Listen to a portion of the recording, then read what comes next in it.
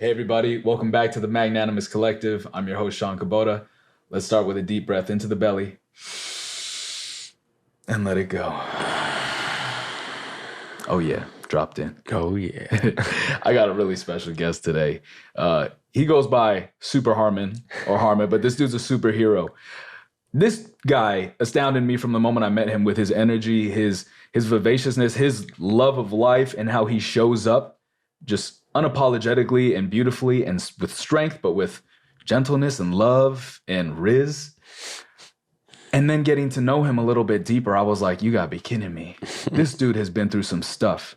And not only has he been through a lot of what we would call suffering or struggle or challenge, but how he's risen above it and the person that he chooses to show up to be is absolutely magnanimous. And I admire you and I appreciate you.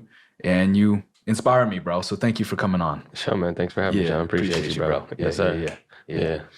So, man, I'm super excited to dive into your story. Right. And, you know, I know some nuggets, but, you know, tell our audience, you know, tell me, like, how was it like growing up? What was Harmon's journey like? And then what were the things that really like created you into the individual that you are and created those powerful points, those pivot points for you to choose and be who you've become today? For sure.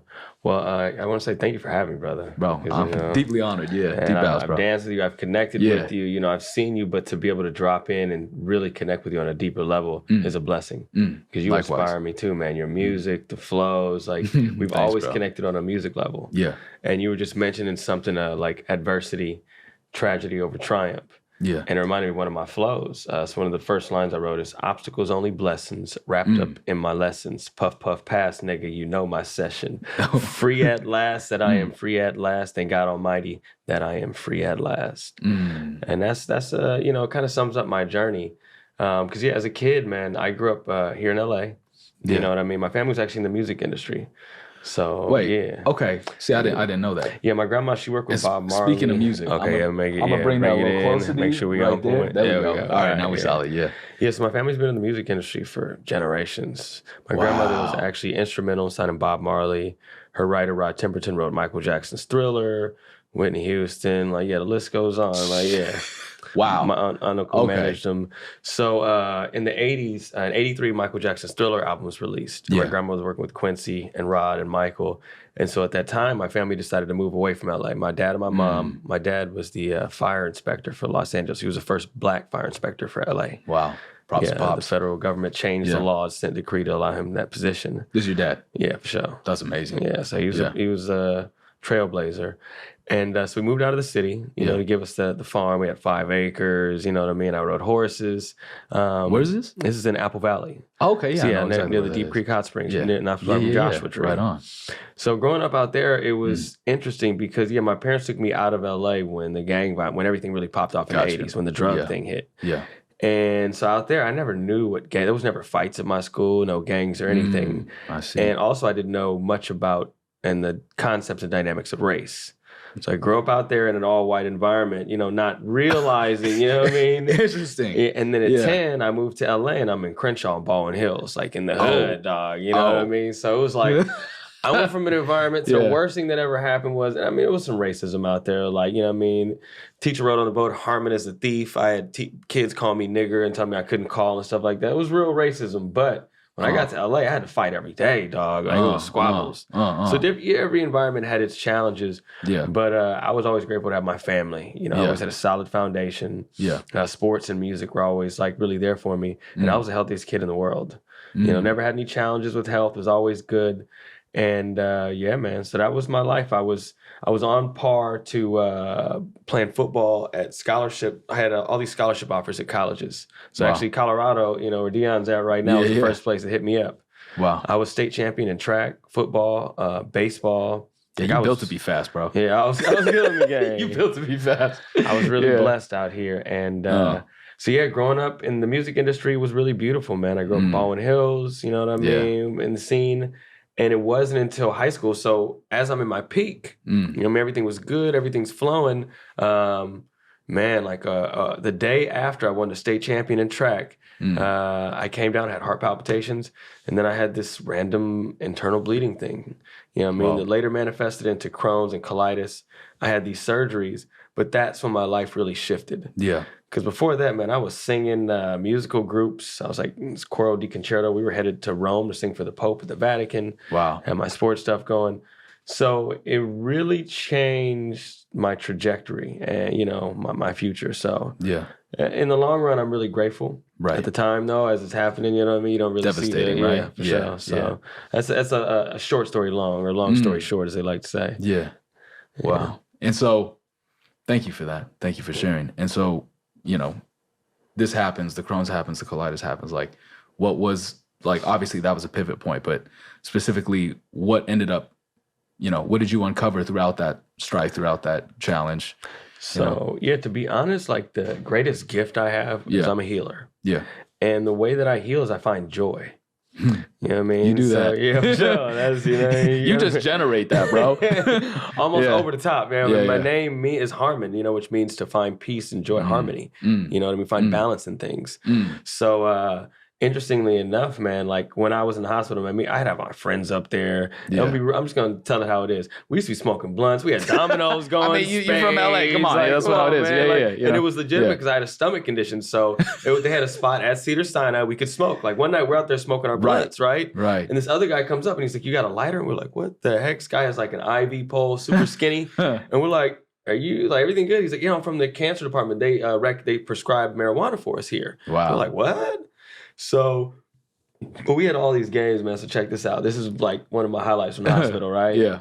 So it got real serious. I spent up front, I spent over 200 days in the hospital at Cedars. Damn. I hold the world record at that hospital. You know, that's where Biggie died. You know what I mean? It's a crucial hospital. It's where Kanye had his accident. Oh, with the jaw. Mm-hmm, Wow. So in my time there, though, like I never treated it like a hospital. I'd always, every time I go to the ER, I'd have my ukulele with me. I'd be playing like, you know, Three Little Birds to kind of create a vibrational frequency. You know what I mean? Because it's heavy there, bro. It's heavy, if you don't bring any other vibes in there, it's overwhelming. It's gonna suffocate, you know, the room. Yeah, that's smart. So I was young enough not to be aware of that stuff. So I had my boys come in. So what we would do is I could control my heart monitor. I could make it go up and down. And when it went up past a certain point, the alarm would go off, right? So this is what my boy would do. He would get me in a wheelchair. Yeah. And we rolled down the hall. And there was this big corridor where the surgical procedures, the family just stood outside. Yeah. Right? So we walked down this corridor and there was a glass. You could see through it from this side. Okay. So we're, you know, over here you can see.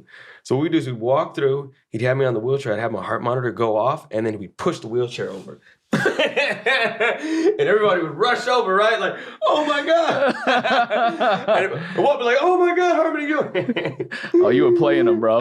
You were playing the hospital staff. Oh, you did them dirty, bro. Oh, shit. So everybody would rush over, and then I get back up, get my chair, and then just roll me off. And then we roll to the other side and just watch everybody over there as they like, you know, compressed everything. Yeah. But those are the things, like practical jokes, like I had makes life fun. Yeah, for sure. The doctors had claimed me terminal, like they hadn't given me a date. You know what I mean? Yeah, that's how it was. Yeah, it was real. Yeah, there was no cure. There was no cure for what was causing the Crohn's and colitis? Or? Yeah, so originally I had ulcerative colitis. That was the original conditions. They removed my large intestine. I lost 50 pounds in 4 weeks. The whole large intestine? The whole large intestine. Holy smokes. Yeah, so I lose 50 pounds in 4 weeks. And this is right after, like, so I go from state championship to 4 weeks in the hospital. I lose 50 pounds. I go from 155 to 105 pounds. Whoa. You know what I mean? My heart stops producing enough blood to provide for itself. So the doctors come in, they're like, Harmon, we need to do a blood transfusion.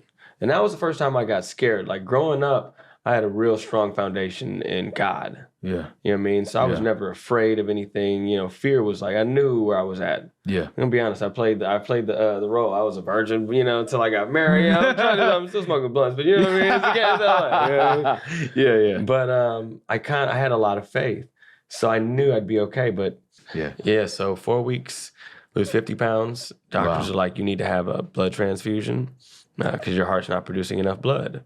At that point, I was a little shook. You know what I mean? Because this is like the first time I'm really the cracks starting to come through, like, you know, the fear sides. Yeah, of course. I mean? Yeah. So I remember crying that night, and I'm just gonna tell you that, you know, so I go into this surgery, right? This is after 4 weeks, 105 pounds.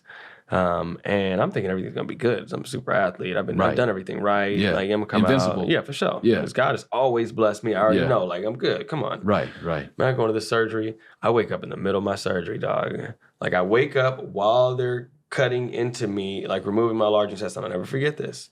So I wake up and I'm still under anesthesia.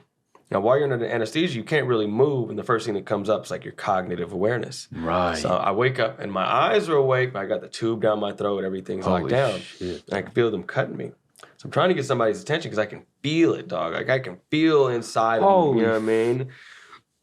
Whoa. So eventually the nurse sees my eyes, like, oh my God, doctor, he's awake. They get the anesthesiologist, they put me under, but by that time I'm already awake and my stuff starts bleeding, you know what I mean? I go into panic. So I go from like, on the table, worst feeling in the world, like pain and nigga, this is it. You know what I mean? Whoa. To I leave my body and I'm up above the room. And I just remember like I went from the worst pain to like just pure love and joy. You know what I mean? Like the human emotions that we feel are attached to this physical plane. Right. Like once my spirit left my body, like because I died, I bled out and died in the hospital room. You know, they were able to revive me and get me back. But in that time period when I was dead, you know, I was looking back and I remember trying to comfort my family members and friends. That's all I was worried about. In the ethereal realm. Yeah, for when sure. you're not even in the Because body. I'm like, you guys is good. Like everything is solid. Like I'm not in pain. Like so beautiful. I wanted to comfort everybody. Right. Because I was in this love, peace, and joy state. Of course. And I wanted them to join me. Yeah. You know what I mean? Just to feel that. So I remember watching my mom and my body. So they bring me back. They wheel me up to intensive care. Now I watch this whole thing from above. I'm like in the corner of the elevator. So they take me to intensive care. And at that point I go like off into some white room, right? So I go off and I'm like, I'm good. Because I'm going to be honest, like growing up in LA, like going between those environments, like the extreme white environment, extreme black environment, like shit's real. Yeah. It's rough, man. Yeah. The racism on both sides. Of course. You know what I mean? And it's just like, I finally felt comfortable like when I was in Santa Monica a little bit better because it's a more diverse city. But man, fighting every day in the hood, like being in, you know, the drugs and the industry stuff. Yeah. It was real tough. So to be honest, I didn't want to be here. So when I got to that place, I was like finally away from this pain, Relief. this fear. Yeah. I was like, man, finally, we good. And that's when God, or whatever you want to call it, the spirit came down and was like, nah, man, you got to go back. He's like, you got a purpose. It's like, you have a purpose. You have to go back. And I remember like there was an emotion at that point in time, like I didn't want to go back. So I wake up back in the intensive care unit and I still think I'm in heaven. Because the nurses are wearing all white. In intensive care, you know, they're fully covered. It's all white room. I don't know where I am. I don't know none of these people. So I wake up and I go, are you an angel? She goes, no, honey, I'm a nurse here at Cedars-Sinai Hospital. And I'm like, then turn on the TV, right? Because I don't believe her. I'm like, yeah, all right, you know. So she turns Put it on on, Judge Judy. right? I don't believe you. I'm like, what day is it? She goes, it's Sunday. I was like, if it's Sunday, then turn the TV on because the Raiders are playing. Right? I'm a Raider fan. I already know. Right? So she turns it on. I still don't believe her. I'm like, you can fake that. Like, you can take you can fake that. Heaven can fake this. Right? You know what I'm saying? So I'm like, well, call my dad. That's right? too funny. And I can't move. So I tell her the number. She calls, dials the number, puts the phone up to my head. And I hear my dad's voice. And he goes, hey, Harmon, how you doing, buddy? And as soon as he said that, like tears just started streaming because I knew I was back. That's when I knew I was back. So fast forward from that moment, like through the years, it was really rough after that. You know what I mean? That set me to a whole new place. And it'd be years where I'd have just challenges of being in the hospital, like not being able to go out, not being able to do the things I wanted to do, and being an athlete and a musician, the most active person in the world, to not be able to do what I loved, all I did was dream about that place. So that is one of the reasons, like that's why I say obstacles only lessons wrapped up in my blessings. Because the joy I have for life, part of it is because I've lost it. I know how valuable it is. You know that's it right there, right? You never know what you got till it's gone. So, I mean, and I don't always want that to be the case. You know what I mean? I want to be reminded without having to go through these traumatic experiences. You know, but hopefully, you know, that my story can motivate and inspire others. You know, because the tools that I've learned on this journey that have allowed me to get here are the things that I want to really share with people at this point. You know what I mean? So, yeah, that's the, you know. Sheesh, man. Thank you for sharing that. For sure, man. I completely I completely relate to the sentiment of not wanting for the individual to have to go through the struggle. It almost like defeats the purpose of our going through suffering if we can't help to alleviate some of that need for others, right? And yet that is part of the struggle as well, is to be like, hey, yo, I've been through this. Don't do the same thing, yet still having the kid have to touch the flame. Thanks. And what's interesting about that is we can't save people from their journey of growth and suffering. And a lot of growth comes from suffering. It comes from tragedy. It comes from being able to make the choice within that. Like, that's actually the most pivotal thing is it's not about just the suffering, but it's about the opportunity for the choice of how we choose to respond to the suffering in that moment. And it's almost like we can know hypothetically or intellectually or in a hypothetical scenario what we would do. But until we're given that opportunity to actually make that choice in that split second of how we choose to talk to people, how we choose to navigate our life and every decision that comes after that, whether it's, you know, literally like leaving your body and having a near-death experience and or breaking up with, like, getting divorced or whatever it may be. Like, how do we choose to walk from that?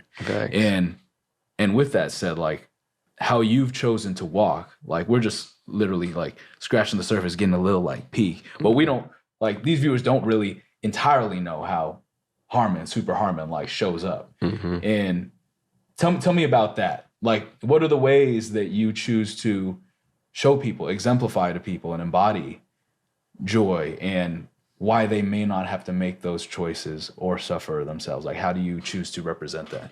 Yeah, the easiest way that I represent the joy and the passion is music and dance. So I'll tell you actually how I came to this. So after my last surgery, I attended business school in Hawaii. I got a scholarship to get my MBA over there. You know, through all this stuff, I still was, striving for perfection. So I'm getting my business school MBA.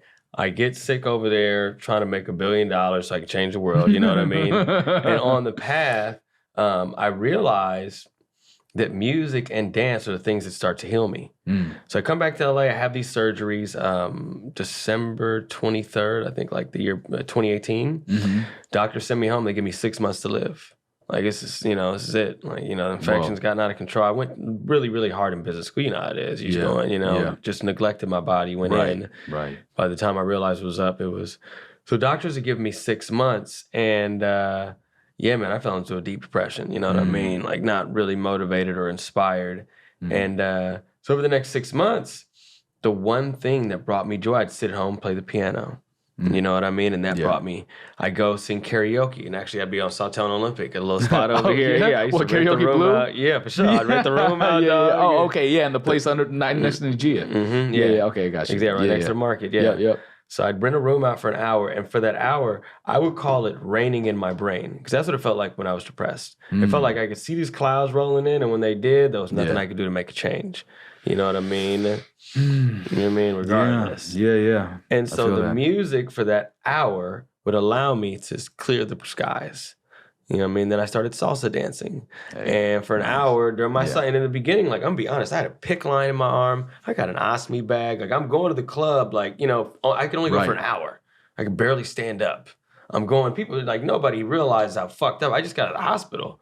You know what I mean? Like, I used to have a nurse come to my house twice a day to give me IVs and fluids and, change my bag. Oh, so when you're saying you got this, like, you were getting IVs every day. Yeah, like, that's not twice a day.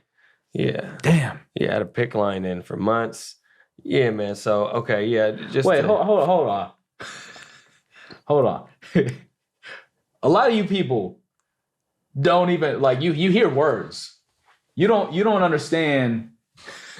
You don't understand. For some of us, like for me, for instance, right? Like this year, I mean, I had just gotten out of a 10-year relationship, and holding that boundary has been really difficult or challenging, I say. And during that time, I chose to neglect my self-love, my needs, right? And certain music I love dancing to, house music, like. I'm like, man, they usually just play that in these clubs. These DJs go to clubs. I'm like, I'm not going to go there by myself. Yeah, right. New Year's Eve, I made that a ceremony. And since then, I've been going out almost every weekend by myself. And at first, it was terrifying. For sure. And I go there, I don't give a fuck about picking up girls. I don't give a fuck about nothing. I'm there to be with God. It's for me. Yeah. And yet, so cool. Yeah, pat on the back. I'm not trying to dismiss what I do. However, what this man is saying is not only like, not only did he do that, you were not feeling good. You had your bag, you had literally like an IV in your arm. For sure. And you choosing to go out and do the things that you know are going to feed you, are going to heal you, are going to nourish you. Yeah. And that's also you being social too. And that's one of the things that just like is, I mean, you're a handsome dude with like energy for days. So I get it. And still, like, these types of things can be the types of situations that make people like crumble and implode and never choose to like just become a deflated can or bag that's just like a black hole of victimhood. Yeah. You know? And you've done the opposite. Especially with something like an ostomy, because it's a physical appearance on the external. Right. You know what I mean? It's a scar. You know, especially in LA, we live in this Hollywood, you know, this glamorized world. And I don't know if you want me to show. I can show you the ostomy. That's up to you, brother. Pictures. That's up to you. Yeah, I'm gonna show them what's up. So I do this for the kids that can't get up out of their wheelchair. You know what I mean? They can't hide their stuff. So yeah, man, this is my large intestine right here. Wow. Yeah. So background. I've had 50 surgeries, dog. I've had my large intestine, kidneys, spinal, blood patch epidurals, all kind of stuff. A lot of the stuff is from side effects from the medicines. You know what I mean? As I was going through the treatments. And they don't know what the actual thing was that was causing all this. It was just like. So to be honest, I'm gonna be real with you. So as I was growing up, and this is what I really learned in LA. So we're growing up in a world where we live in a 24-hour clock. Our bodies aren't made for this. That's so true. And we live on a 12-month system when it's a 13-month lunar calendar. You feel me? Like, our bodies aren't really in alignment for these city life. So I grew up in LA and Hollywood, you know what I mean? In the scene. I was pushing myself. I did CIF finals in track, CIF finals in baseball. I'm preparing to go sing for the Pope. Like, and there was no time for me to rest. As I'm 16 years old, I'm a kid. You know what I mean? Whoa. The type of energy and pressure we're putting on our people. Yeah. And so I wasn't sleeping, wasn't eating, and I was stressing out too much. Those are the three main factors. That's literally disaster recipe, right? For sure. Even if you got genetics of, godliness. Yeah, for sure. No matter what, you can create this. Especially if you're that potent too. I would like to say too, like what blows my mind, brother, is that we got like the 500-pound life or whatever that show is, and you got people just trying to die, it shows us the polarity and and it also provides us the knowingness that like you don't know what you're gonna get. It's Forrest Gump all day. Yeah, fact. You got people who are just like all-star athletes just dropping. Yeah, for sure. And then you got 500-pound life just like keep kicking. Every day is a blessing. And that's one of my favorite things that Michael Beck, with one of my teachers, he talks about. He says, you always want your challenges. It always looks easier than somebody else thinks. He says, but if you were able to pick, you'd run back and take your challenges back if you had the opportunity to see what everyone else was going through. Because I do believe that we chose this path. Yeah. Like, I believe, like, choice is an activated function of our awareness. As we grow and we meditate and we become more conscious, we see that we have different choices. Yeah. And in these paths and opportunities, I had a choice to choose between, like, I had my first kidney surgery. I'll never forget this. My very first surgery. The girlfriend at the time, she's going out to dinner, and I had surgery the night before. I get up the next day, I'm pissing blood the whole day. I go play basketball right at St. Monica's courts. Yeah, I go to the bathroom afterwards, and it's like razor blades running through. Holy shit. But I just was like, well, I've been in the hospital this long, and that's the thing, like, when you've been without, you realize how valuable. Like, we see this from people who come from other countries who've been through hardships. Right. You know what I mean? Right. I heard, I don't know if it's okay to cuss on the show, but I heard Dave Chappelle say, the hospital's full with a whole bunch of motherfuckers with paper cuts. That's what it is. The ER is full with motherfuckers with paper cuts. It's true. We see it all the time. Like, I really feel like, you see it, this world, the masculinity that we grew up with to be men. Yeah. You know what I mean? To be strong has been removed from us. Yeah. So we can't really be our full self. I can't express myself. And it's creating the schisms. You know what I mean? And that's a good word. That's a good way to put it. That's where that word comes from. Entirely true. Because I talk about this with other men as well. Like, and there's misalignments in every culture. There's misalignments in every type of, setting and so forth. However, if you look at different cultures, and I'm not saying that, having a masculine type of way of being translates to the women, because in some of these cultures, the women are very masculine too. Facts, yeah. And I really like the feminine woman, Facts, right? yeah, I really like the feminine voiced women. However, like you go to places like Tuva or Russia, you know, or these places, they talk like this. Like I could talk like this, but I'm not going to talk like that because I'm not offensive. Don't cancel me. Like I grew up in LA. Yeah, you know what I mean? And guess what? Guess what potentially fills that resonance? This feels like the Nigerian guys, like you know what I mean? Igbo, you know what I mean? That's a deep resonance. But everybody's trying to be PC because they don't want to be canceled. That's what people are afraid of. Well, and it's kind of just built into our society too. And if you think about like chimpanzees like smiling, like that's like, hey, that's not actually a good thing. That's like, oh, we're gonna fight or something. So what's interesting is like we're always like, oh, you know, like I'm good. I'm good. Like, oh, I'm not offensive. Especially with our social media. And that's one of the things that like I'm really aware of right now. Because so my story is, you know, kind of, I really like your book, you know what I mean? Victim or hero. Thanks, bro. You know what I mean? Because that's what we're all asking ourselves a question of. Right. And it's a choice. You know, it is a choice. It's a constant choice in every moment. In every moment. And I feel that we all move through. Wow, this is like deja vu right now. Nice. I feel that we, right? That's a good thing. Right? I feel that we all move through these moments, and we constantly get to choose. And based on the people that we surround ourselves with, you know, how we're shaping our minds and our energies, that's what's going to determine the outcome of our situations. Agreed. You know what I mean? And not the other way around. 100%. You know what I mean? 100%. So, I mean, the emergence of epigenetics. I don't know if you've heard of epigenetics. Of course, Bruce Lipton, my guy. Bro, these codes turn in on and off based on our decisions all the time. And people thinking like, oh, this is hereditary. I have this in my family. I'm like, love, compassion, all these things. And let's take ownership for like these past traumas that are passed down. Facts. Let's do what we can in order to like mend this, to address it, to confront it, so that we don't pass it on further. Yeah, right? and I think that's the key right now, because it's a balance. Like we've all seen the Toscan masculinity that has, you know, burdened our communities, right? And we're trying to move away from that. But I think we need to embrace the good. It's like that Sankofa concept. You know what I mean? Leaving behind the things that don't serve us and stepping into the things that do.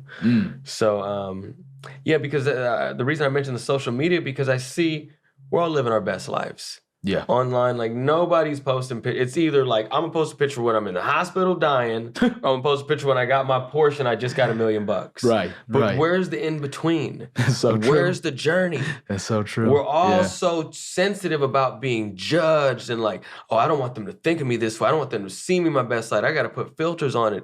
And it's like, I'm gonna be honest, I sat down with my sister. She's showing me AI models that she's creating. I mean, you heard the new Pac and Nate Dogg track. Like, the online world isn't real. No. At all. No. You know what I mean? So, and this is why, like, I think this show is so important, because everyone has a journey. Yeah. You know what I mean? And, you know, like, I'm really excited, you know what I mean, next time to hear more about your journey and the things that helped you through. Because, you know, I know you're a strong cornerstone for your family. Like, to break up with your girl after 10 years, dog, like, I can't fathom.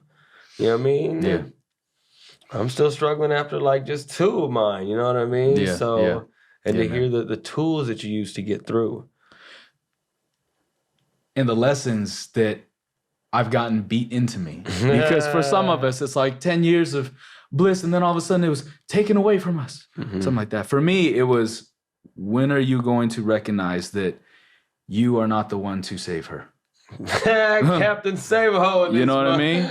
Are we all at some point? Yeah, for sure. And who's to say that she wasn't trying to save me too? Like, I can't just like put that all on her. I think that's what love is, though. We all think of, you know what I mean? But I think if we come to a different place of seeing ourselves, of sharing love, you know what I mean, and giving the gifts, as opposed to like, it's like a different understanding or perspective on how we view this thing we call love. And with that said, the thing we call love is like real love, right? Real love is full of boundaries. Real love is full of consequences. I'm searching for real love. Yo, one of the best tracks. It's so good. It's so good.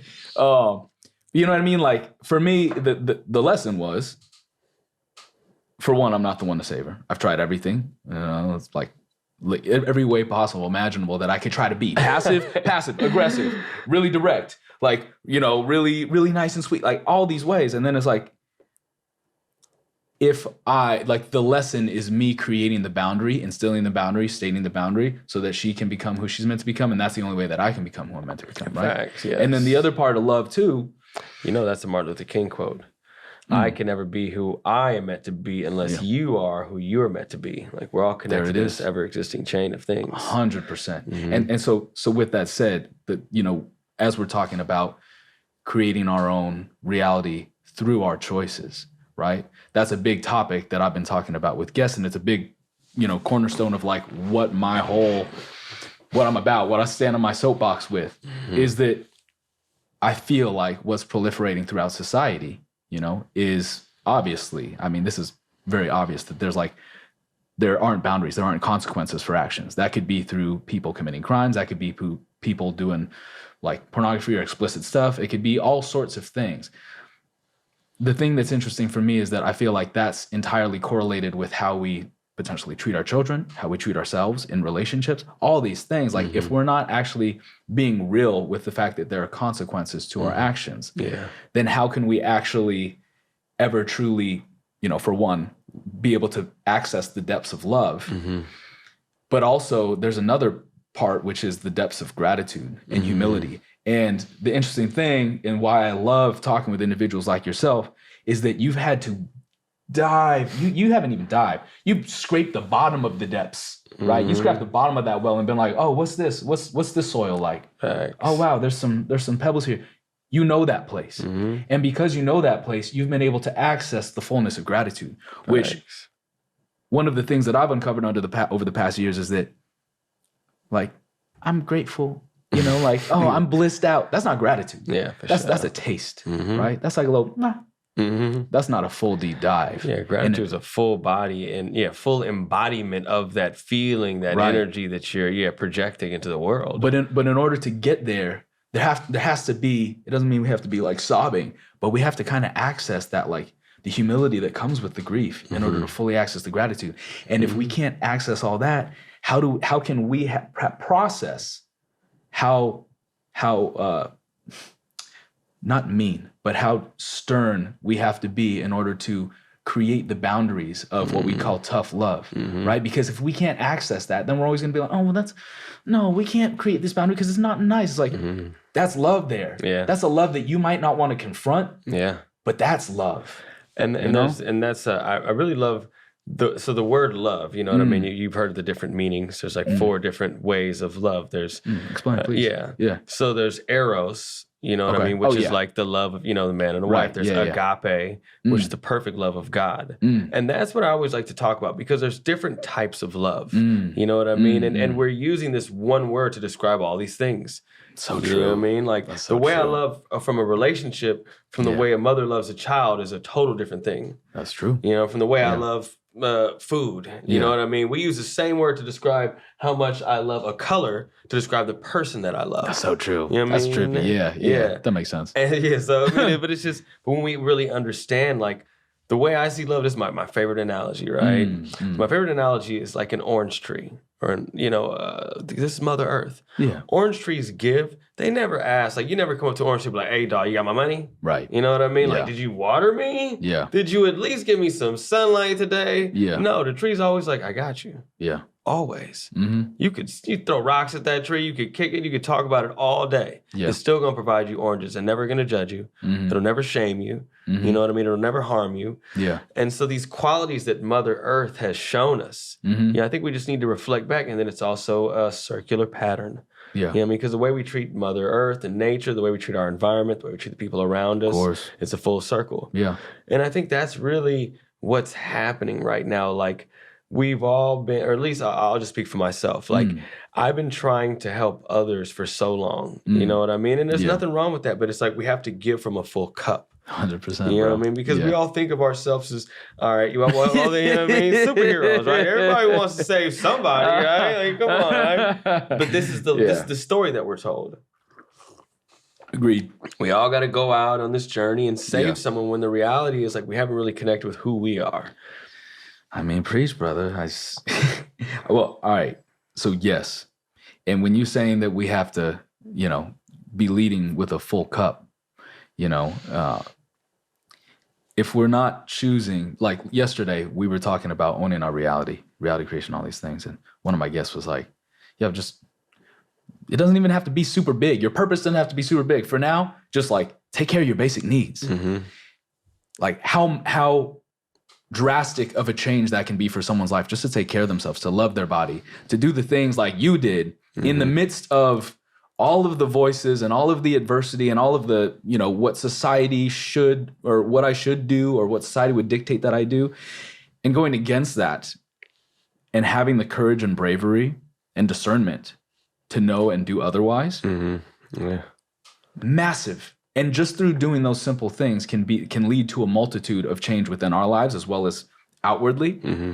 And yet a lot of, and that leads into the altruist space, right? And that's interesting because we both come from this spiritual conscious community, ecstatic dance community. And for me, I was at that space. You remember me back when I was told to make the messenger, like trying to preach through my music and all that's beautiful. Your music, by the way. If Thank y'all you. ain't had a chance, y'all need to check out his flows, man. That's how I met this cat. He was spitting mad rhymes. We was singing together, jamming. Yeah, so if y'all ain't checked it out, please drop it. Especially that verse with David. Like that was a hard verse. Man. Yeah. But that was a good one. You and I, we were meant to be great. Facts, yeah, that was a good one.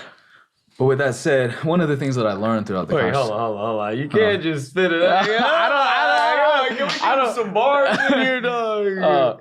Let me see if I can remember it. You and I, we were meant to be great.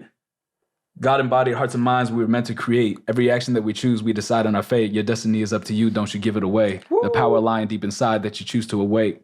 Something like that. But it's fire. It was a good one. It's one of the best. It's one of the best bars I created. I'm like, oh, I spit hot fire. Dylan. But so thank you for that. Thank you for the knowledge. I appreciate that. But see, look, you see that energy right there? Why don't you go back and check the tape? Yeah.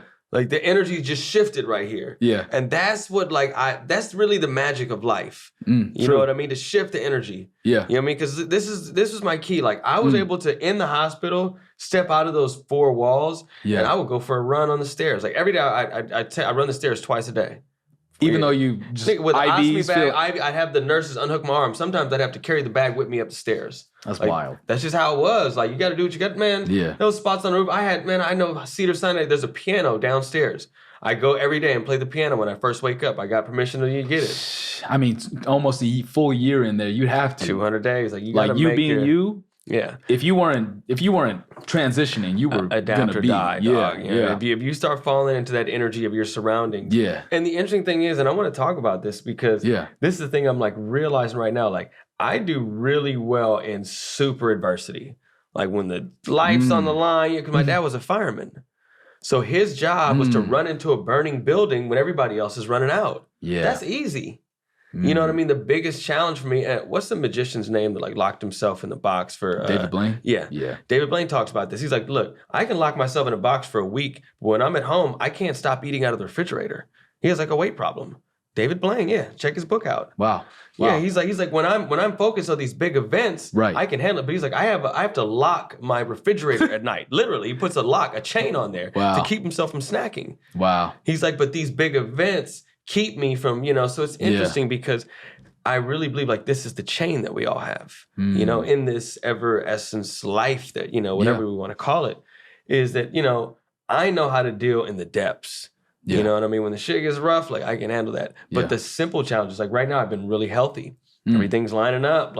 And now I'm having more challenges than ever before because I'm, you know what I mean? Like, it's like, all right. Finish. Check. I got done with the things that other people consider challenging, but now I'm dealing with like other people. Like I'm dealing with my grandfather. He has congestive heart failure. Right. My Bops has, he has a lung condition. You know what I mean? And now I'm the healer for the fam. Like last night I made food for the fam. I massaged my grandfather's feet to get the fluid out. Soak them, massaging, like really getting into heal. But I'm a super empath, so I'm wide open. Yeah. So I feel these other people. And for the first time, as my family members are going through the same things, like I was good. Yeah. I'd be at the hospital smoking blunts, playing dominoes. I'm telling my girls to come through. Like I have dates at the hospital all the time. I don't even want to go in, but look, Riz God level. That's what it is. Yeah. I be getting love at the hospital, dog. Shout out my girl Kathy. You know what I'm saying? Hey, it's all up. You gotta make the best of whatever you have been given. You know what I mean? That's what this life is all about. Whatever it is. Can I just say though that like so many people say some shit like that, and I don't buy it at all. This guy, he don't even need to say shit. I'm ashamed of it, dog. Go see him at a party. Go to Ecstatic Dance. Go anywhere. This dude having his shirt off. He got like 3 girls around him. He don't give. He does give a million fucks in the best way, but he doesn't. There's nothing holding you back. Yeah, for sure. And that's the thing that I find so fascinating and admirable, because there's still things that hold me back. There's things that hold us all back, but the challenges that I've had, like, so I grew up in the Mormon church where covering up, you know what I mean, being conservative was extreme, just like my health side. And so now I want to step into this thing because I see kids with these osteopaths, people are really afraid to show their weaknesses, to be vulnerable, to be real. Yeah. Everybody wants to project this perfect image of themselves in life. It's savage, bro. And it's like, so when I'm out there, I see people and they come up to me all the time like, oh my God. In the beginning, it was really tough. Like, this was a process. It was a year before I even considered going out and showing this or talking to anybody about what I was dealing with. Wow. Yeah, so I had therapists on the path, like, you know, helping me see. Because a lot of the times, like what you said, our family's been doing things in one ways for generations. And that's just their views. Of course. And so from that alignment, but sometimes you have to step outside of that and realize, like, when I take my shirt off at the beach, like, I don't really, it's not for the women. Like, I do it for myself. Yeah. You know what I mean? Like, I haven't really connected on that level. I'm there to express and to just be me, because when I'm empowered, I can empower others. 100%. You know what I mean? Show up differently. So, to be honest, I'm really shy around women, dog. Like, it's the craziest thing. Get out of here. Don't believe it. Don't believe it. Man, I don't know. I don't believe it. Like, I like connecting to people, but I'm always, I guess, at me as well, I'm afraid That's a good, like, hook though to try to get him. I see what you did. I see what you did. I see what you did. Hey, look, I'm afraid of being vulnerable. You know what I mean? Yeah. I see what you did. I see. I'm just playing. I'm just playing.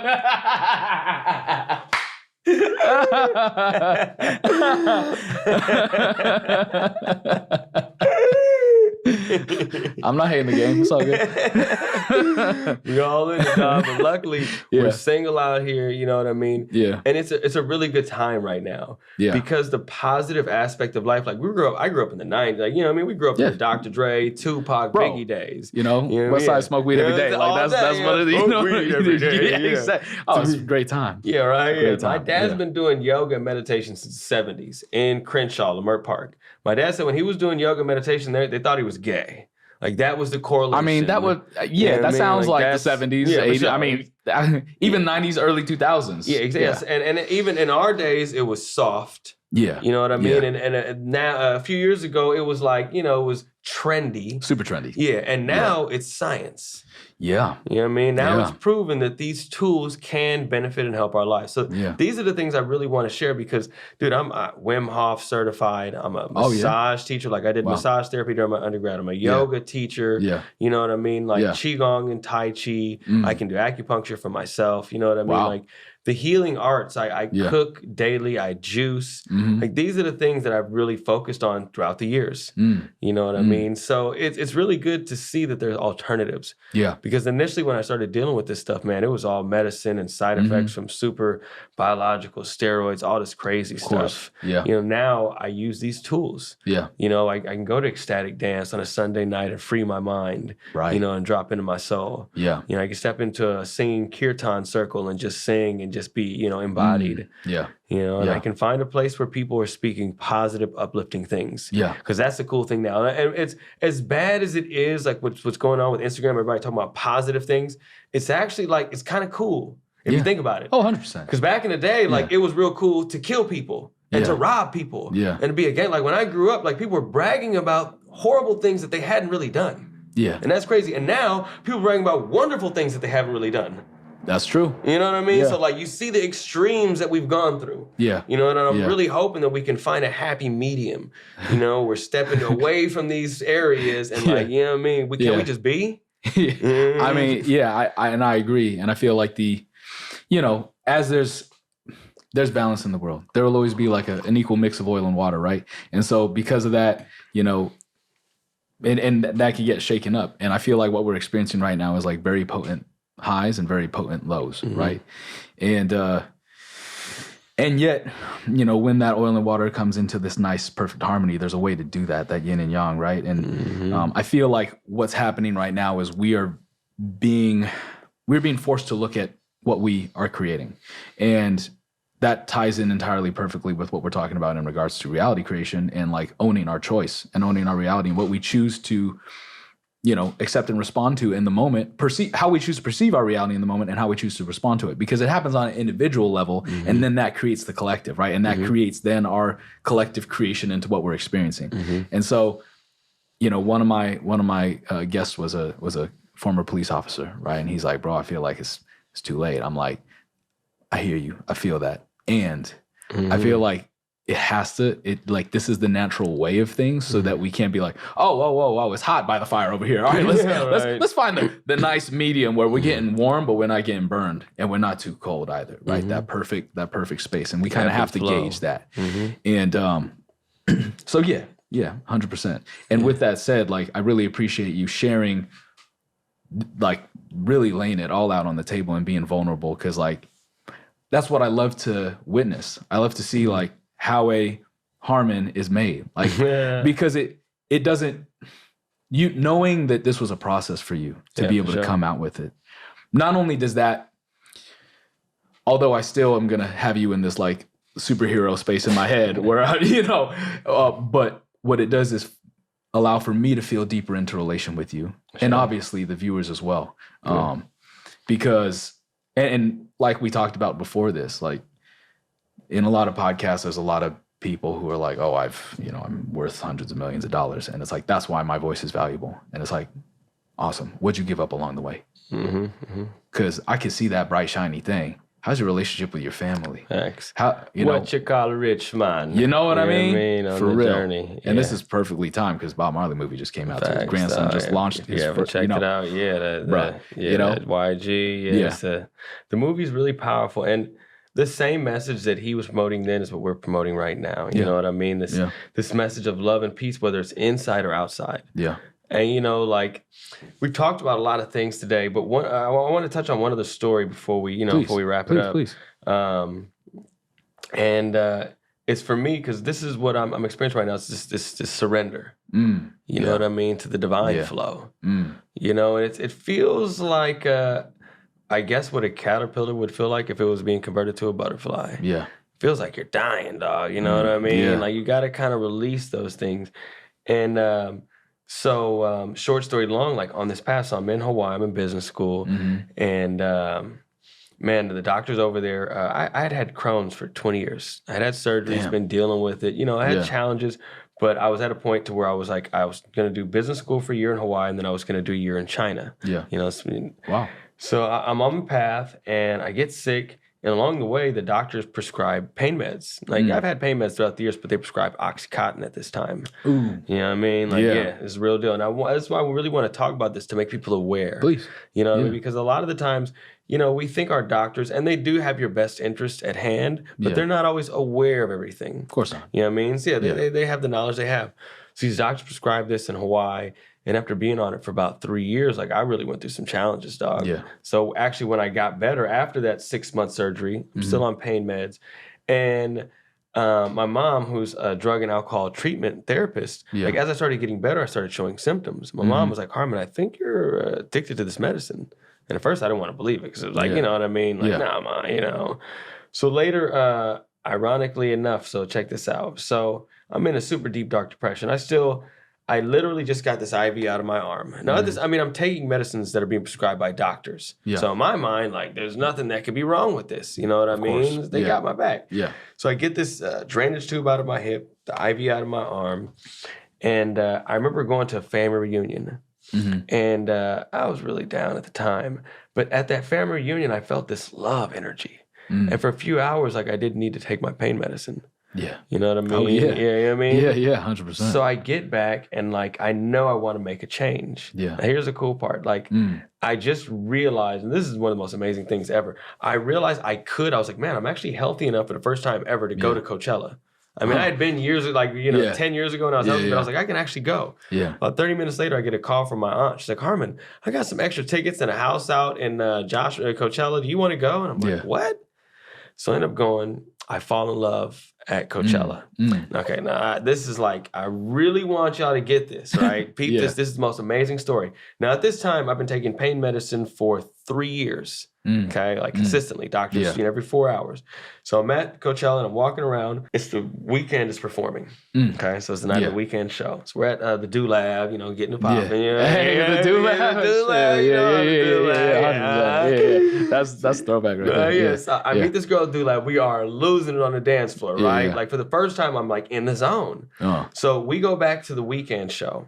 Fall in love on the dance floor that night. Like really get to connect with somebody. That night, I go home, and I'll never forget this. Like, I wake up the next morning, and my boy was like, Harmon, is everything all right? And I'm like, yeah, what's up? He's like, I came in, and you had a smile on your face when you were sleeping. I was like, what? Right? I was like, what the fuck? He's kissing the air and stuff. Right? I walked 10 miles the night before. Before that, I was at home. I couldn't walk across my street without catching my breath. Right. Okay? Yeah. I walked 10, I tracked it on my phone. Coachella's this big fucking, what I mean, these polo grounds. Yeah. So I'm walking all around thinking I'm gonna be dead. I wake up the next morning, not in pain at all. For the first time in some years. So I'm like, whoa, this is weird. Okay, man, maybe I'm not gonna take this medicine today. You know what I mean? I'm gonna put this to the side. Yeah. So all day I'm not feeling pain. I'm fine. So I'm like, all right, this is special. So I'm gonna stay in the zone, right? So we get to Coachella. I'm walking in, and I'm like, well, I haven't taken anything. Let me take one before I go in so that way I don't have to worry about it throughout the rest of the day. As soon as I take this oxycodone, my energy goes, and it just falls off a cliff. Yep. And I was like, what the fuck? Yeah. Because that's when I realized, like, oh, love is here. Like, love is here. Yeah. I was in some pain stuff. Yeah. And this medicine will get me out of pain, but it's nowhere near what real love is. No way. You know what I mean? Yeah. And with this, I couldn't really feel real love because when I'm on this, it like blocks me from the full, full experience. Yeah. So that was like the eye opener, like these family experiences, that love stuff, you know what I mean, led me to a path. I found a treatment facility, spent like a year in there. I spent a year at this place called Beit Teshuva. Yeah, man. Just to get over the oxycodone. Just to get, man, because this stuff it's real, dog. You saw that they made that show about it, right? So, I mean, I've seen these things. I haven't watched them. It's tough. It's so close to my vest. Like, I'm the real, like, but bro, it's affected so many people. And a lot of people have lost their lives from it. And it's still affecting. And that's why I wanted to talk about this, because I got nephews and nieces right now who is like, so this weekend, it's funny, I'm with my nephews right now. I'm like the cool uncle, right? So I'm with them, and I have an antacid. We're about to eat some barbecue. So I'm going to get my antacid pill before I get it popping. You know what I mean? Like, I'm OG now. I know the deal, right? Yeah. He's like, oh, what's that? That's some Perk 20s and Perk 20, you know what I mean? And he's thinking it's cool, right? I know. And I'm like, nah, nephew. When you got Future making these dope-ass songs, you feel me? Talking about Molly and Perks, I'm like, bro, that sounds like a terrible time. I'm telling you, but see, but this is the difference. Like, now we're being aware of it. Right. You know what I mean? And it's really important that we're vulnerable telling our stories. Yeah. Because I was able to overcome that. I got 5.5 years now. I haven't taken any oxys. Nice. You know what I mean? I've been off of that stuff. And it's been a real blessing. You know what I mean? But that shit was honestly, through all the surgeries and all the hardships I had, that was probably one of the hardest ones. Like this medicine that they've created in these hospitals and these labs, like getting off of that, I had to have a specialized treatment facility. And for 2 months, I just felt numb. Damn, like, this shit is real, dog.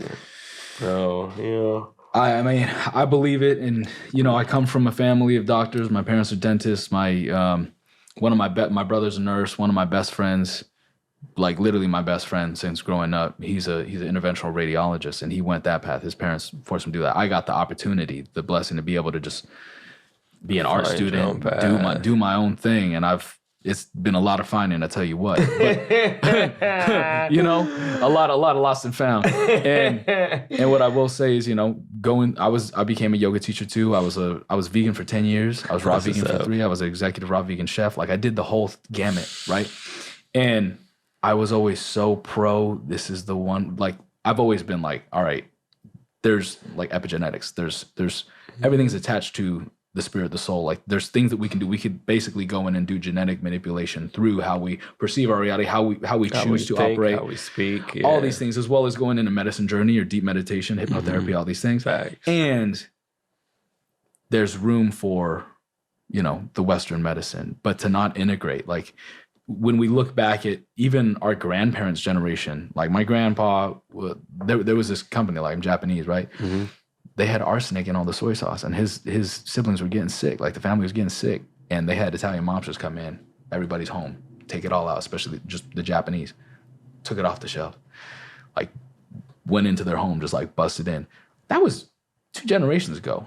Like around that time and a little before that, the doctors were administering radium, literally radioactive material. People's jaws were falling off. They used to prescribe cigarettes, dog. Like morphine to babies. The biggest challenge is the doctors. We have this God complex in our Western world. Like we think like we've only been doing this for a few hundred years. That's what I'm saying. We're going to be thinking we were stupid in 100 years. Exactly. You know what I mean? Yeah, and I think we're waking up now because that was actually what like my blessings and obstacles aligned in Hawaii. Because while I was there, I got to learn from a lot of acupuncturists, and because Hawaii is it's the bridge between the West and the East. Yep. So while I was there, because I was sick, I had to delve into a lot of those things. That's where I learned acupuncture, and I really started studying Chinese medicine. So it's so funny. The room that I was in, the guy who was there before just graduated from Chinese medicine school. Yeah. So when I got sick, I moved into this guy's room, and he had all his books there. Wow. So while I'm in this room healing, I'm like in this room reading through all these texts, like figuring out ways I could help myself.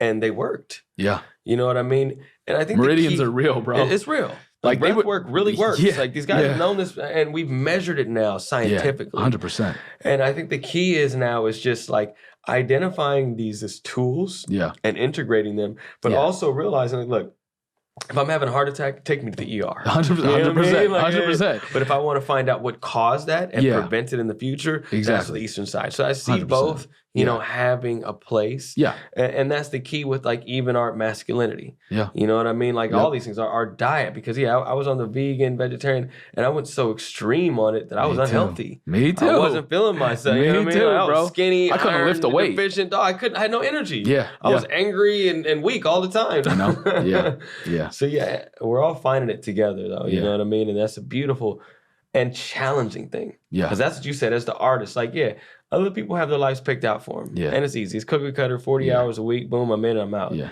We have the opportunity to fail and succeed, to be the hero, to be the victim. You know what I mean? It's all there for between. Us. Yeah, for sure.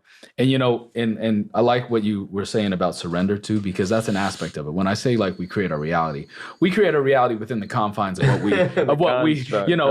what we're experiencing. Like we can't completely, we can't control everything. The only thing we can control is like how we choose to respond to what we're experiencing, and the way that we respond is how we perceive it as well. So like I could have tragedy befall me and be like, it's all gonna be good. Like I'm blessed right now. And how I choose to be in that moment and how I choose to show up can lead me to other potential opportunities. Tragedy begets opportunity, right? Like that could lead me to meeting the love of my life or like the best business partner or whatever it is, or for me to be in my own misery story and miss all of that. Facts. And see, this is where freestyle and jazz and like flow comes in. Yeah. Because like jazz musicians, there's like a famous saying, there are no wrong notes, because the wrong notes lead you to the right ones. And so true. When we freestyle and rap, we know there's no bad, like what you have to do. And freestyle rap is a really interesting concept because it forces you to be present. Yeah. And I mean, as any rapper knows, if you try to think about what your next line's going to be, it's not going to work. You fumble. That's my big thing. That's why freestyle for me, when I'm in it, I'm like, oh, I'm not even looking at anything. When I start looking at things, I'm like, Yeah. To be that present. You got to almost be mindless to be mindful. Facts, for sure. And that's where the surrender comes in, and that's where the channeling, and it's being more challenging for me because we're seeing socially is nothing but success at the most magnanimous level that has ever been created. And this is one of the challenges. Like, so when I was in business school, I saw a lot of the flaws in our current capitalistic market, like the way it's set up. You know what I mean? We're talking about unlimited finances with a limited amount of resources. Right. You know what I mean? So we talk about these things, and that's kind of what the social media side has created. Everybody's living this unrealistic life, and then you got to come home at the end of the day and be with yourself. Yeah. You know what I mean? So it's creating this schism, you know what I mean? This split in our minds. Yeah. And I'm just really excited, to birth, because that's what we're doing. We're birthing, like, it feels like we're birthing a new world. Absolutely. I mean, we are leaders of this new world. Like, as we are doing this right now, eternalizing this conversation to be put out, this is purposeful. And that's what I love, and what gets me so lit about doing this is like, not only do I get to know you deeper and be able to talk and have discourse and just drop in, but also like it doesn't end here. And this is eternal, and it ends up becoming, even if it affects one heart, two heart, whatever it may be, like that has a trickle effect. And even past beyond that, even past like affecting that one person, how do we show up better after this conversation as well? Like we can't know. And yet what we can know is that us choosing to,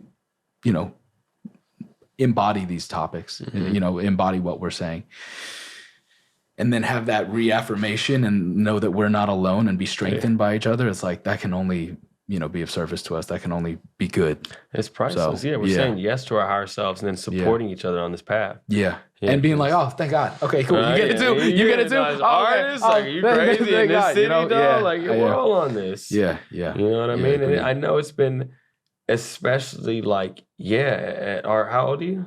34. Okay, you're 34. Yeah. So I just turned 40 this year. Wow. You know what I mean? Like, I thought we were like the same age. That's crazy. Designer jeans, man. You know what I mean? Yeah, it's true. Right? It's true. Yeah. So I find it like, as I'm getting more knowledge and experience, like I'm able to see things and just appreciate things. Yeah.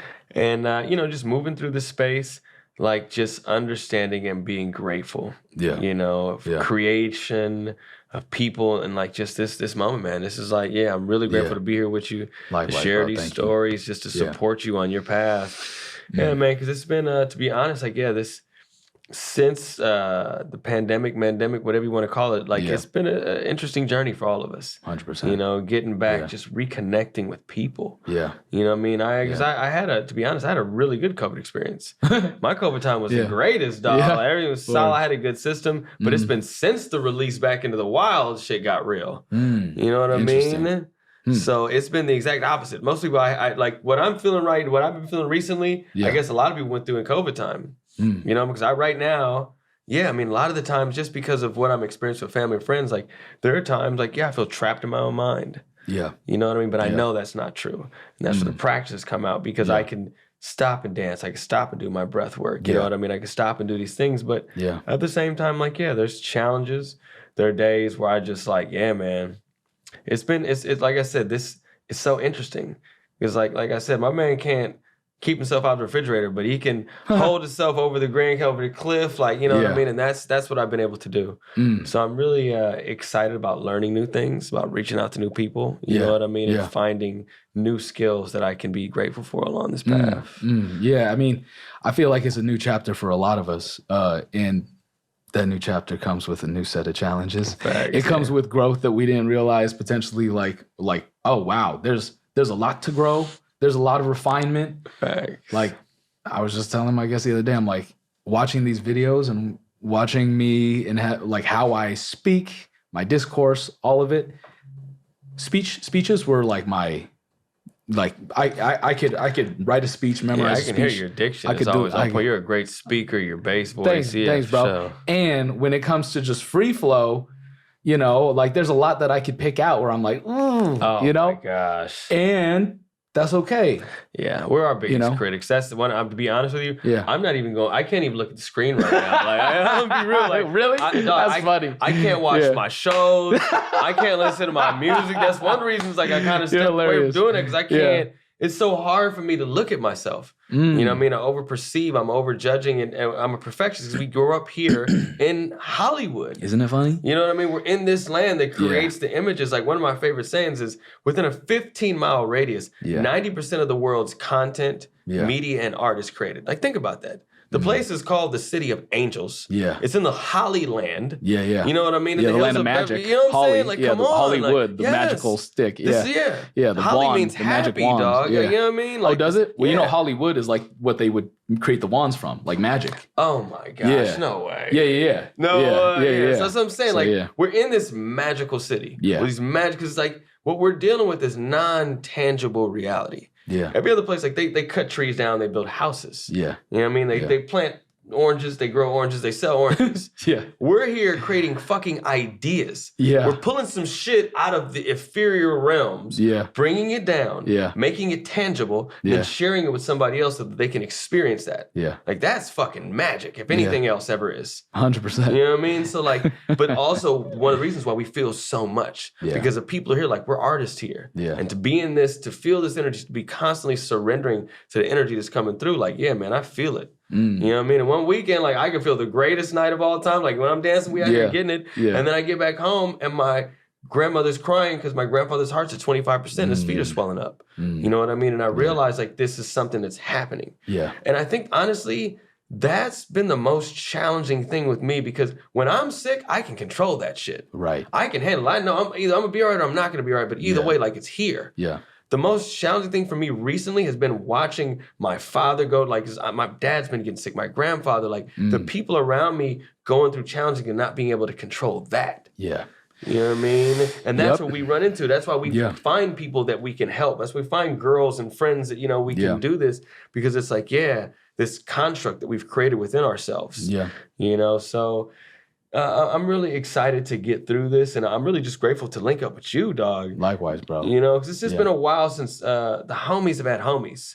For real. You know, and that's why I talk about the old school masculinity, because growing up, it was just the guys. We go hoop, we play video games, we rap, we smell, you know what I mean? This is what guys did. You know what 100%. I mean? And now we're not smoking blunts the way we did and just being stupid, doing things that were like trying to form identity. Now we know our identity, and yet we're also... A lot of us are dealing with family. Facts, you know, a lot of us are holding it down. And once again, that's also the thing where it's like your voice, your perspective is so potent.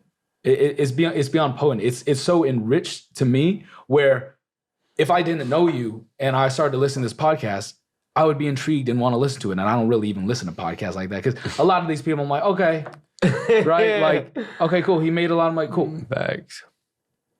Not only is your story rich with you know, so much adversity and challenge and so forth, and how you've been able to like ascend from that, but also the fact that you're choosing to be there for the family.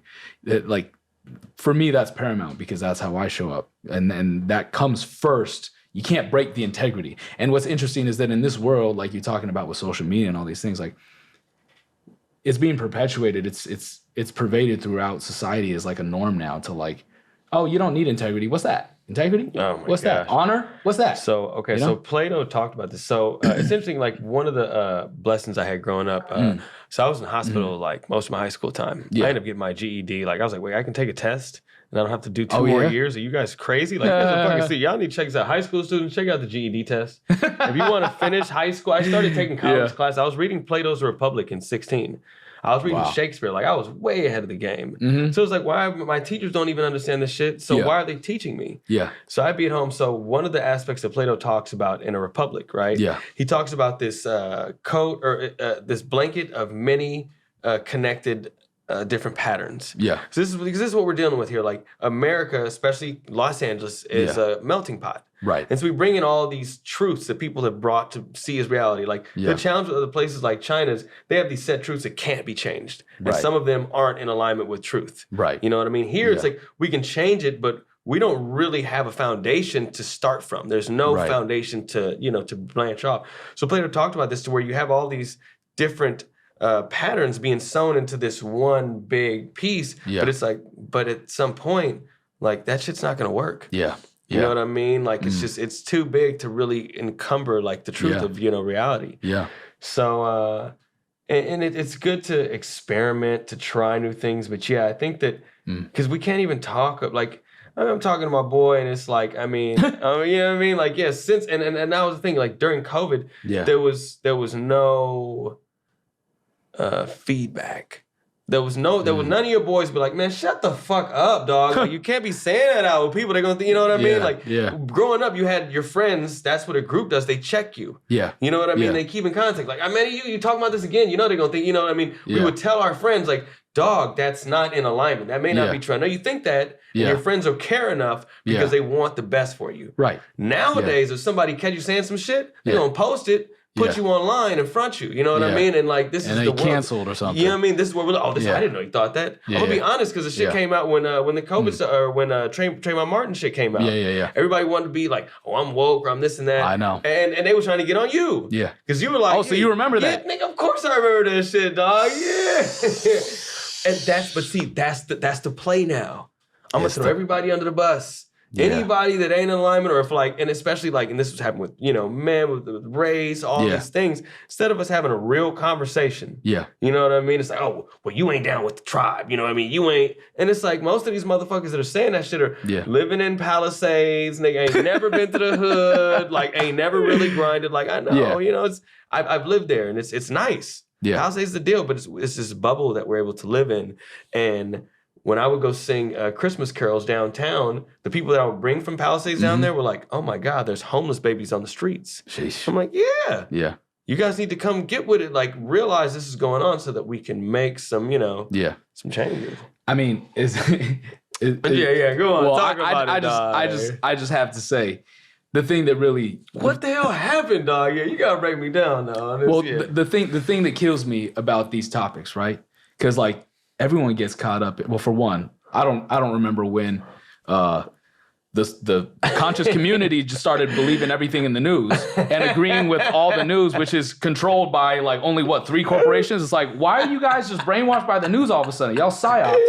Second of all, first I didn't watch the news. Now you you know what I mean? Second of all, if we're all eternal beings, why are y'all marginalizing yourselves based on race and being racist? Fact. 2, I find that anyone telling anyone, especially based on what they've experienced in the past, that they cannot be more and that they are then powerless, if they're trying to post that agenda, that's insidious, it's evil, and I don't agree with it. Because I believe, like, whether you're black, Asian, whoever, you can ascend beyond any circumstances and be a king or queen because you deserve to be. You're God's child, and God wants the best for you. Facts. Not for you to repent and feel bad, whatever. You have a responsibility to be great. Sin shit, like, get that out of here. You know what I'm saying? Man. Ooh, Can I tell you this? Because you saying that, check this out. This is the thing that tripped me out when I realized, right? Like, you know, let's say you got kids, right? You want your kids to have a better life than you? Absolutely. That's an absolutely. Yeah. That's a guarantee. You want them to have to like plead for your love and have to like. They never do. That's fucked up. Why do we? Why is it common consensus that the divine parent wants that for us? Yeah. No. See, both of these things that you mentioned, though, race, you know what I mean, and religion. Because I went to the African American History Museum. So when I was in that Jewish rehab facility, I got into this musicals, and we traveled the country. I went to New York, all the East Coast, Boston, Princeton, Miami, Florida, doing musicals about drug prevention, teaching kids about this stuff. Wow, you know what I mean? Musicals like, about it. Show, man, musicals. Damn, really that's dope. Dog, there was a line every story. I, in the front row, I'd make, because eye contact is so important in musicals. We're telling stories, connecting with the audience. Yeah, and I could, I literally would see people cry every single night. Wow. Going through this journey. Yeah. So, man, it's really interesting though, because I'm just really excited to see the change. Me too. You know what I mean? Because that old stuff, just throwing people under the bus, like jamming them up. So I'm at the African American History Museum learning about race consciousness. And one of the things I found that's super profound was that race consciousness only has existed for about 500 years. Yep. This is a very new concept. Very new. Yep. Like this hasn't always existed and it won't always exist. No, it won't. Yeah. You know what I mean? The same way with the way we think of religion as far as like original sin. Yeah. No, this is a new concept. Yep. This was meant to bring people into a construct. Mm-hmm. You know what I mean? Yep. To empower certain people and disempower other people. Yeah. And the challenge is like, I think our parents, like in the 60s, when they went on the revolution, they were like, fuck the establishment. Right. You guys aren't the deal. I'm just going to go live in the woods. Yeah. Our generation said like, fuck the establishment, but I know I still need to pay my rent. Right. You know what I mean? I'm going to be creative, but I'm still staying in the construct. Yeah. So we've been trying a lot of things in the construct. Right. But at the same time, we're kind of still on the same realm as our parents. We've gone so extreme. Yeah. And so like, now I really feel like it's time for us to come back and have discussions to stop judging motherfuckers. You know what I mean? To bring it in, like, if you don't realize we are all fucking racist. We all have this like reverse racism is racism. Stop it, dog. Like, what the fuck, bro? Come on. These are constructs in our mind, but the only way we're going to get past it is have conversations 100%. To discuss it, like we would with our homeboys. 100%. If one of my homeboys was, like, we all grew up with a guy that was off a little bit. Some people were like overly on the top on gay people. One guy was over the top on white people, Mexicans. And it's like, I didn't hate this dude. I just knew, like, you know what I mean? If somebody comes in, I'm going to shade him like, hey, dog, come on, don't say anything today. You know what I mean? Because I know these are my friends. Those are your friends. I think Chappelle just made that in his most recent. He did a bit about that. I think. What's that? I think it was Chappelle. Like you had that friend. Maybe it was Chappelle. someone made a bit just about that. Like, it's not like you cancel them. They weren't in your friend group anymore. You just knew that this motherfucker was racist in this way or whatever. You know what I mean? Like, you didn't hate Dave. Right. You just knew not to bring him to the party. Exactly. Where gay people were going to be like, he's going to make it exactly. Like, you know, and the, you know, so thank you, because this is super refreshing for me. But at least the space where I come from, and I'm happy to have these conversations, and it's very simple and easy for me to talk about it. And the thing for me that just like where I stand on my soapbox and where like literally just the C parts for me, where it's just like, oh wow, I know what color the sand is if we are all God's children and God, like your divine parent, spirit creator, whatever the hell you want to call it, right? If they would have to want the same that you want for your children or better. That means that not only are you deserving and worthy, because everyone has an issue with worth, not only are you deserving and worthy of more, but you actually have a responsibility to be more and to be the greatness of what you are. And you're also so powerful in your power of creation and destruction that your lens of perception can change and create the reality that you want to create, even in a reality where you think you're powerless and that you're victim of your circumstances. However, that doesn't make it true and a blanket statement for all of reality. And I feel like that's what's been being perpetuated throughout media and government and all these things. And I say, bullshit, let's cut it out now, because if y'all want to play that game, you do that. I honor you as a sovereign being that if you want to play in the pity party victim land, you can create that. You can create a whole city of that.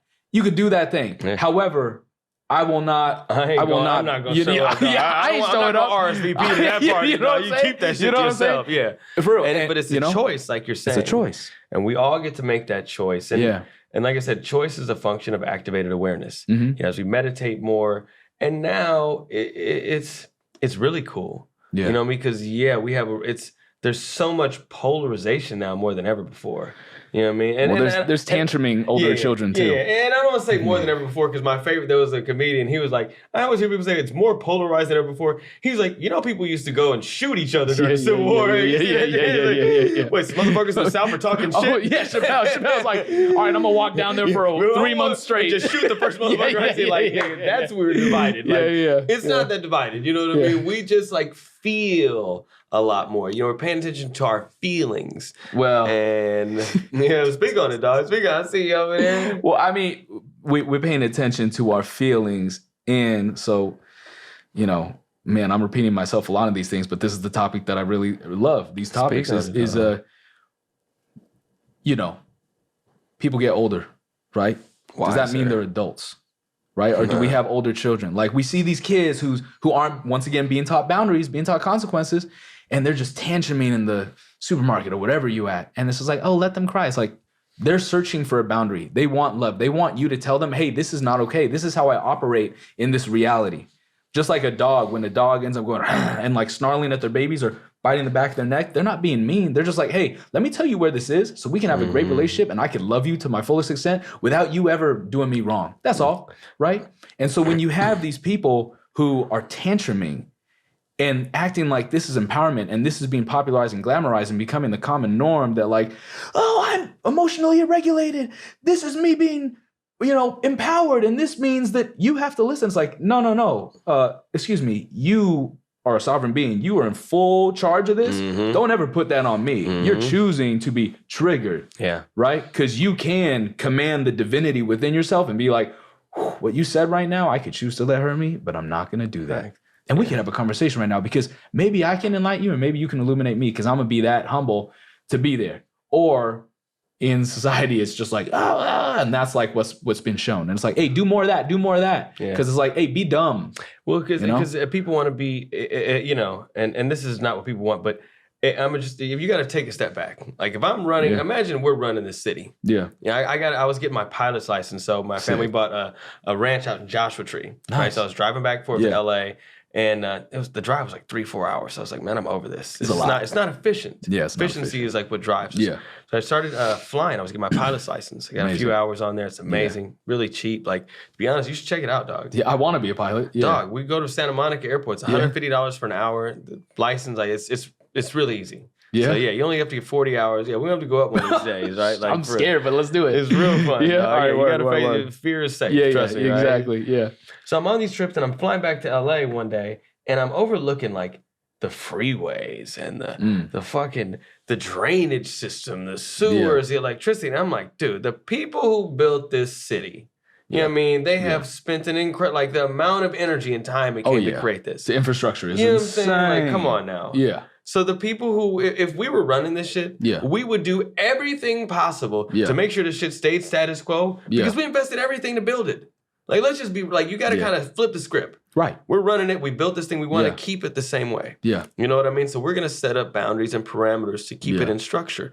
But this is the cool part. Like right now, we're at this very disruptive time in history. You know That's what I mean? That's a good word, disruptive. Like, it's a very revolutionary energy in the air. You know what I mean? We all feel it. A rebel. You know what I mean? Full revolution. You know what I mean? Coming full circle. Yeah. And I'm really excited.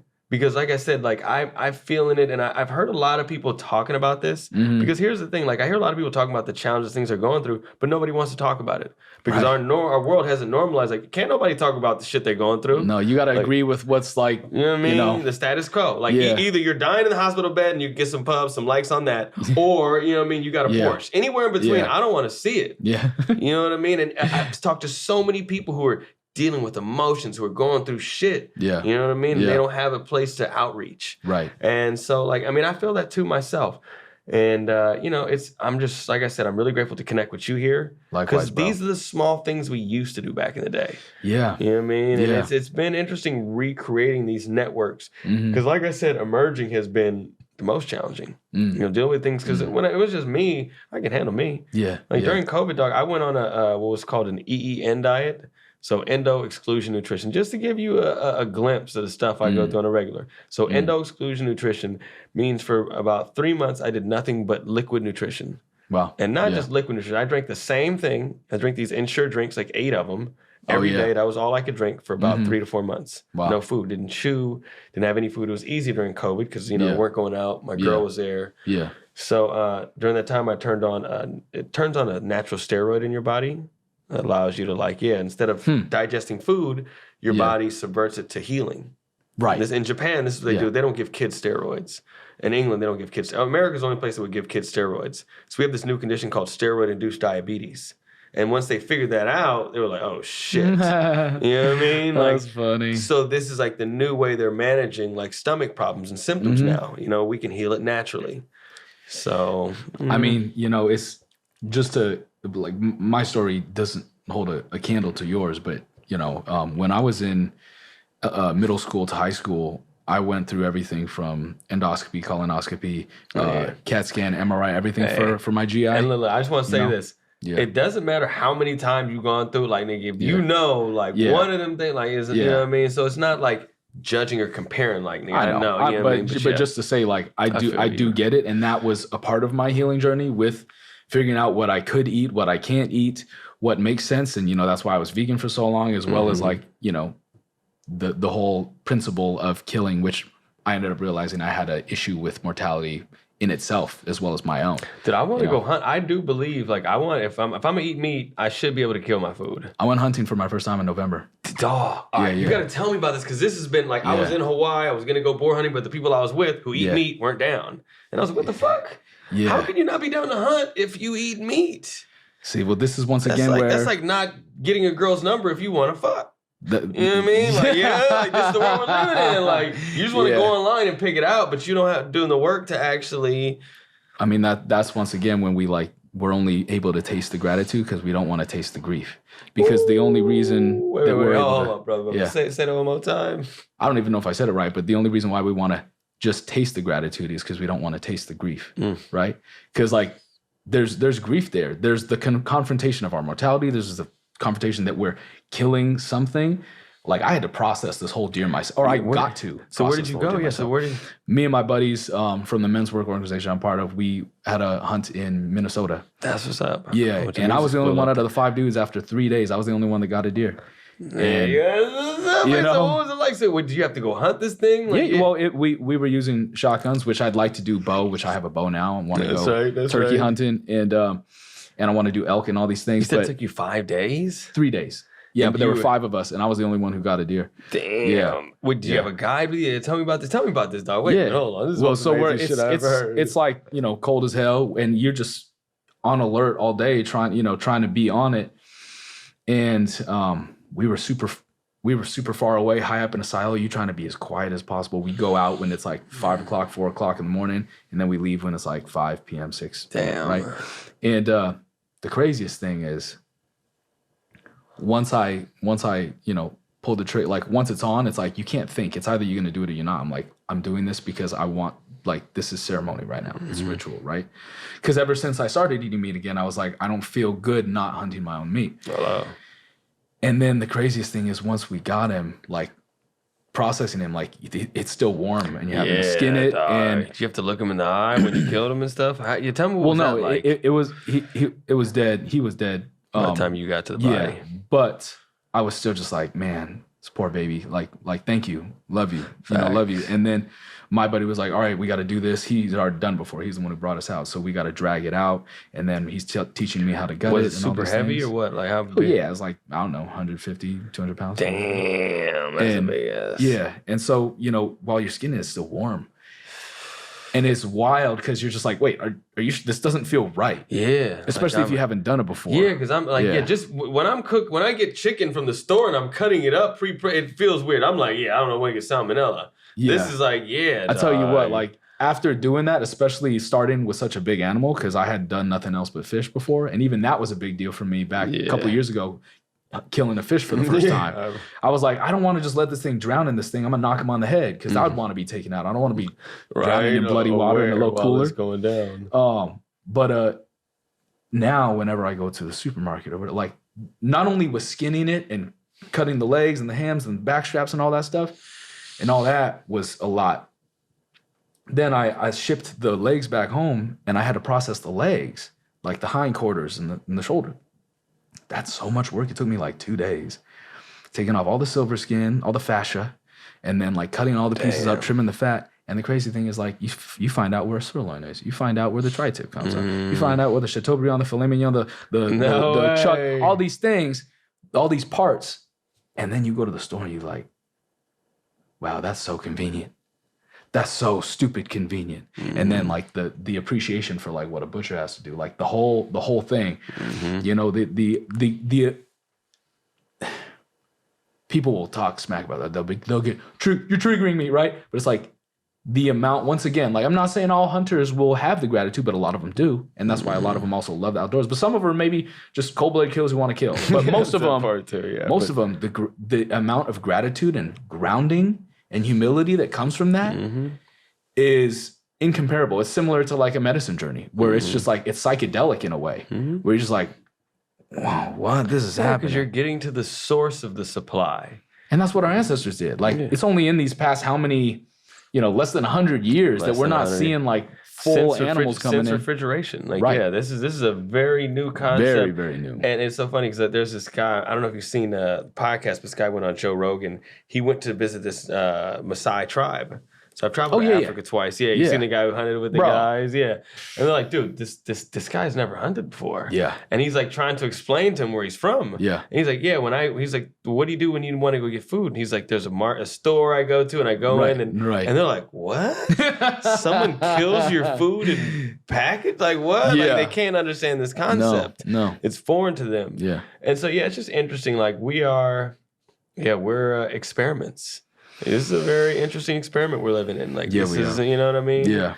And as soon we'll be able to look back and see the things that served us and that didn't. Yeah. You know what I mean? And my favorite analogy is always looking back at the electric car. You know what I mean? Like, you look at all the people that hated on the electric car, they're all driving them now. Yeah. You know what I mean? All the people who thought that bacteria wasn't real or, have been saved by that concept. Yeah. So I'm always looking at like the next tipping point. Yeah. Like, what's the next thing that we're going to look back at 20 years and be like, oh my God, I can't believe these people thought that the melanin in your skin made you any different. Because that's really what we're looking at. It's crazy. It's science. I can measure it. It's just based on the sun's illumination. You know what I mean? Like, come on. It's actually the defense to the UV. Come on. This is science. It has nothing to do with, No, and it's so simple. And, just something I want to touch on too, because you're talking about melanin, right? Like, what the future that I look forward to and the future that I hold the vision for is a space where specifically, because when we talk about what we would call Black people in America, like people who are melanated people around the world are not the same, do not hold the same baggage that American Black people do, yeah, for sure. right? And they don't operate in that. And yet there's such a freaking, like, even the way that I talk is cultivated through the Black culture and community growing up in LA. Facts, the music I listen to, like the music we all listen to, whether it's funk, jazz, blues, rock and roll, and there's touches of Native American with rock and roll and all that too. But like all these things, being brought forth through the struggle, through the potency of that. Yeah, and yet I'm looking, if we look at MLK and we look at like, civil rights leaders and how they operated, like we've gone astray from that. And I'm like, what does 2.0 look like? Facts, yeah. You know what I mean? The resilience of these people. Now, I've been around, like I said, my dad was the first African-American fire inspector in Los Angeles. They had to change the assent decree just because they had created these boundaries that you couldn't even apply to be a fireman if you weren't. So my grandmother also was saying, my grandmother was first vice president of a major publishing label, A&M Records. Wow. You know what I mean? And I actually met Rosa Parks. Rosa Parks came to our house for Thanksgiving one year. What? Yeah, That's I got to wild. meet her. Yeah. I met Obama. Wow. You know what I mean? So I've been around. My grandma's got pictures of Nelson Mandela, Magic Johnson. Like I've met, I got to. Wow. I worked the red carpets, the Emmys, the award shows when I was going in film school. Really? Yes, I've been in that scene for a long time. And the one thing I know is health is your wealth. Yeah. You know what I mean? Like, yeah. and this 2.0 that we're talking about, like, it's really fun. You know what I mean? Because like, I'm gonna be honest, like when we are at Ecstatic Dance on Sundays, that's 2.0 for me. I agree. You feel me? I was just gonna allude to the fact that it's not gonna be just Black people, it's gonna be all of us. Facts. Yeah, because this is the challenge is that we, like you said, we're living in these constructs. Right, we are. You know what I mean? And some of them limit us, some of them excel us. Yeah. You know what I mean? Yeah. And I'm really excited to get to a place where it's like, because like these things are in our consciousness. Yeah. You know what I mean? So that's where they exist. And we need to have conversations about them so we can move past them. Yeah. But that's why like I really love these forms of art where those things are eluded. Yeah. That's why music and dance is one of the most 100%. magical things. 100%. Because in that moment, like I could like, so my very first music festival, right? Was Bonnaroo. You heard of Bonnaroo? Yeah, it's a good one. So the first year I went, who was there? I think it was Kanye's first year. No, it was Ziggy Marley, Beck. But it was more like I was my friends from music school, so it was mainly white lineup, right? Yeah. Ziggy was the only Right. So I'm down there, and this is my first time in like it's not even the South, but Bonnaroo's kind of in the Midwest, like it's like Tennessee, you know what I mean? So I get down there, and there's all these cars with Confederate flags, running through, you know what I mean? But in the moment, like when I'm there, none of that shit matters. We're on the dance floor. Nobody gives a fuck. No. You know what I mean? And if you're getting down, they love you more if they're the type of people who like that. Yeah, for sure. You know what I mean? It's a funny thing. Yeah. And Go ahead. What were you saying? I was just going to say, like, I feel like whether it's victimized whites, victimized Asians, victimized Blacks, whatever it is, I feel like ultimately the way that we eliminate and or dissipate or just like evaporate the projections that we're all having on each other is if we start to come to a consensus about like who we are and who we are, not as races, but who we are as like sovereign divine beings, and we really are going to start talking about that more as the world becomes more mixed. Because the irony of what we're discussing, and this is the funniest part, like usually how we identify as Black people. Black people aren't just Black. Not at all. Like me and my brother did our DNA. We're 50% European, 50% African. Yeah. You know what I mean? There's what's that European? Exactly. And what's African is everything. Yeah. Like our and what's Moroccan and Egyptian and you know what I'm saying? Like people here aren't just one tribe. So to be racist against anybody is to be racist against yourself. And that's silly. Really, because the irony of it is, and this is sad, I'm not going to call it any names, but the people in my community who usually end up being the most racist are the ones that have the most challenges. Like, I got some boys who were mixed, and they, like, I don't say my best friend is half Black and half white. His dad's Irish. Yeah. You know what I mean? His mom is from Mississippi. Right. His mom grew up picking cotton in the South. Wow. Okay, for real. Yeah. She couldn't go to school until after November because they had to pick cotton. Right. She told me how her hands would bleed. This is my best friend's mom. Yeah. Okay. Yeah, they lived on the same plantation that this slave owner lived on. Right. He was sued by the government in the 90s and had to pay these people because he hadn't been paying them for 50 years. Wow. Like, it's still going on. Yeah. His dad is this Irish Catholic guy. Yeah. You know what I mean? Who gets it disinherited by his family once he marries this woman. Yeah. But the funny thing about it is my man Walter is the most pro-black person on the planet. He's Louis Farrakhan to the death. Whitey this, Whitey. I mean, he's got white friends and he's integrated, but it's like, dog. Yeah. You know what I mean? And then it's the other side as well. You know what I mean? Yeah. So it's like the things that we usually hate. Like, I mean, you see this a lot with, in a lot of the LGBTQ communities. Yeah. Yeah. The people I've seen, like in a lot of the facilities, the rehab facilities, a lot of people that are in there that were bashing gay people and hating on them were gay themselves. They couldn't really come out. You know what I mean? So a lot of the time that's my favorite line, love and hate at the same time is jealousy.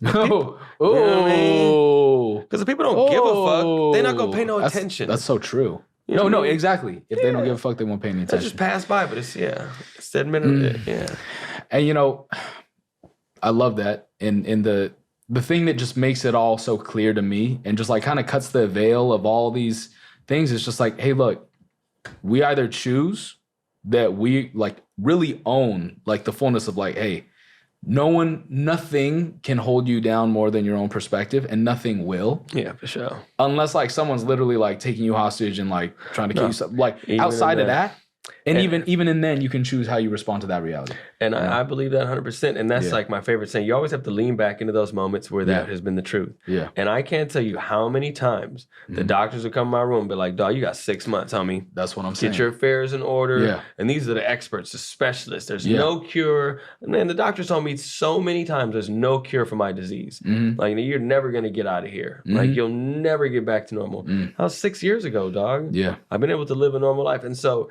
that's why it's so important to be like, Cat Williams said, to be in tune with your divine self. Like, you need to be in tune with your key player. Yep. Be listening, locked in, not what social media is telling you need to do. No. Now, with even your families, like all these things can be guides, but essentially, like at the core, you got to be locked in. And anybody that's taking you away from that, any religion, any circle, any friend that's taking you away from being the highest form of you, you know what I mean? They just haven't reached it themselves. Yep. You know what I mean? So, you got to focus on that higher frequency. 'Cause, we've done it. I got to dap you up for that because that's Appreciate it right there. And this is what you're doing with this show, man. This is what we're spreading. Like that right there that's it. And it seems so simple and yet it seems so complex, and yet all it really takes is us dropping the bullshit. Because and the thing that is funny is like, as you said earlier, which led to this whole thing, like these people coming at me, all I was saying was, hey, yo, I see you as fucking so powerful and so strong, and I love you, and I see you. Why can't you see you? Facts. Yeah. You know what I mean? And it's like, oh, you're not choosing to see you. Okay, but just know I will never, ever, ever agree with any narrative or any statement that says that you're less than what you are. Right. That's all. You can hate me for that, but I'm never going to do that. But see, think about that. Like, if people are hating you for giving love and positivity instead of just being like, hey, dog, what do you mean by that? Or like, let's chop it up. Let's go to lunch. I want to hear what you actually meant. Yeah. Because that's what we used to do. If there was a misunderstanding, I didn't really understand, like, hey, let's go. I want to hear what you actually meant. Right. How did you feel about that? Yeah. As opposed to like, I'm going to jump to immediate, you know what I mean? Because that's what social media, I'm going to jump to immediate conclusion. Yeah. And I'm going to jump on the bandwagon. Oh, what are we saying? Is he in or is he out? Yeah. He ain't part of the crew? All right, fuck him. You know what I mean? That groupthink can be so seductive. That's what it's been with mass or no mass, Republicans, Democrats, black, white. So the concept is called de facto. This goes back to the beginning of time. Yep. Divide and conquer. It's, you know what I mean? The smartest bully pits the two against each other. He doesn't have to do nothing. Yeah, and so the key is now we have the ability with these tools to come together. Yep. You know, with this podcast, you can reach billions of people around the world now and throughout the eternities of time. Yep. And share this message of hope, of love. And like, the message I always want to leave people with, on this journey, like I said, man, I've been super blessed. I've had the highs and the lows. Yeah. You know what I mean? I remember times in my life where, we were living in squalor. Like, we didn't have electricity on. We're getting water from the neighbors. And then I remember the time my first car was a Tahoe. I'm driving through Bowen Hills, living in the nicest house. So I've had the extremes. Yeah. I've been in business school and shit. I've been on the streets sleeping in my car. You know what I mean? Yeah. So in these aspects of life, the one thing that is real is like love and this connection that we have. Yeah. And, there's different types of love. There's the love of God, which is the universal love. You know what I mean? There's friendship love. There's emotional relationship love. Yeah. And I think it's really important that we cultivate those love relationships now.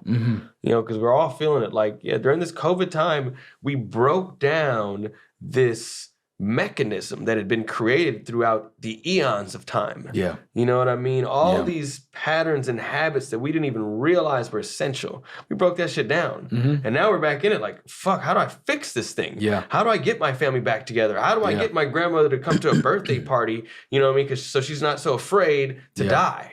What a pattern interrupt, right? Like, if a disruptor. Yeah, right. Like I choose to believe that everything's a blessing. Otherwise, I'm gonna believe that things are curses, and then I'm not gonna see the blessing in the things, right? We live in a progressive universe. I do believe everything is working together for our good. Yeah, even even in the Bible, it talks about angels doing some kind of gnarly stuff. You know what I mean? Like, if you don't see God in all, you won't see God at all, right? And so with that, like when we think about COVID and this disruption and all that, like how does that lend a hand to us in disrupting these patterns, like you're saying? Man, it was the greatest blessing because it gave us time to slow down and see. Right. Because we were all moving too fast. We're just speeding along, like, through life, not recognizing. So it gave us time to slow down. It did. To think. And now it's like what I've been feeling is just the adjustment period has been challenging. Yeah, and the integration. We went from 0 to 100. Yeah. Like, okay, all of a sudden. Yeah, excited, juiced. Wait, we're in...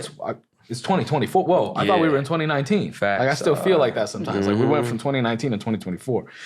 And something I want to say, because you were talking about like we just want to connect with people, right? Like that's my thing. And I was talking about with my buddy who lost his mother, but it's what I touch on with grief as well. Is that when we really come to the fullness of grief that provides that gratitude and humility, where we're not just like, but we have our hands up like this, like in full surrender, like, oh, thank you. I'm so, like on our knees. At that moment, all the other aspirations towards trying to fulfill some form of like, fulfillment in regards to, self-worth or all this stuff that's futile and doesn't make sense and really is important, all of it just evaporates. It's not existent. What really exists is wanting to connect with the people we love and those that we care about. And that's it. Because in that moment, these times of just connection, that's all we're here for, really. And that's all that's real. The other constructs are just created in this illusion. Yeah, and also proliferated as distortions of like trying, like masquerading as stature of self-worth, when really the worth comes from within always. And the true worth, the true confidence, that comes with contentment and not with being boastful or arrogant or obnoxious. It's just like it's so solemn, For sure, it comes from and that's the good stuff. Yeah, and I feel that in you. You too, man. And how could you not, after choosing to be you, after everything that you shared today? Well, we all choose. You know what I mean? I do believe we're magnets, and we attract to ourselves what we are. 100%. You know what I mean? And one of my favorite things is like, dog, we met on the dance floor. Yeah. You know what I mean? No homo. I don't know if we can say that no more. You know what I mean? Like, you can't even say that. We can say whatever the fuck we want, bro. Yeah, for sure. Yeah. My brother's gay, dog. You know what I mean? It's all good. Oh, really? Yeah, for sure. No, we going through it, dog. We going through it, little. Hey, it's like a funny story. I gotta tell y'all this. Yeah. So my stepdad is from the South. Oh. He's from New Orleans, so he's old school. You know what I mean? Of course. Yeah. So my brother they just found him in a dress with fucking and high heels. He just got. Oh, wow. My brother's always been gay. Yeah, you knew. We knew when he was a kid. Yeah. You know what I mean? So he's an artist. He's like the best of all the fucking kids. Right. Out of all my stepdad's kids, he's the only one that's got his shit together. You know what I mean? Yeah. Like he works. He's like polite. He's respectful. But it's like because of this thing, and this is like what. We're all recognized. Like, there's always people that have been marginalized throughout time. Right. I grew up in a Mormon church where they marginalized black people, even though the church comes from Egypt, which is fucking crazy. It's crazy. I went to Egypt. I went to Mount Sinai. I'm like, wait a minute, these people look like me. Yeah. What kind of shit is this? You know what I mean? Like, how y'all gonna write a white Jesus like this? Clearly. Yeah. So there are elements of like where we recognize like, okay, I need to use East and West, but we're still finding out how that looks right now. Yeah. You know what I mean? And we just need to, like you said, we have to find spaces where we can discuss this and have conversations that are real. Yeah. And not online. Yeah. Because this online world, as dope as this is, this is recorded, we can't, if I say no homo on here, I have to be worried about, is that PC? Is that cool? You know what I mean? We need to have a time where we can talk about it. How do you feel about this word? Why is this right? Is this right? You know what I mean? In these constructs, these conversations, we discuss, we get to know each other, and then we grow. You know what I mean? That's that old school. I don't even know if I should say this because I don't even know how much time is on the memory card left. But speaking of words, bro, and maybe we'll save that for another episode. But one of the biggest words that needs to be addressed. You know what word I'm talking about? What's that, dog? Yes. What word you talking about? Break it down, baby. Break it down. Oh, we'll save it for another one. What? We'll save it. You better bring it up. Think of one of the most polarizing words there is. You talking about nigga? Yeah. Yeah, for sure. That's that.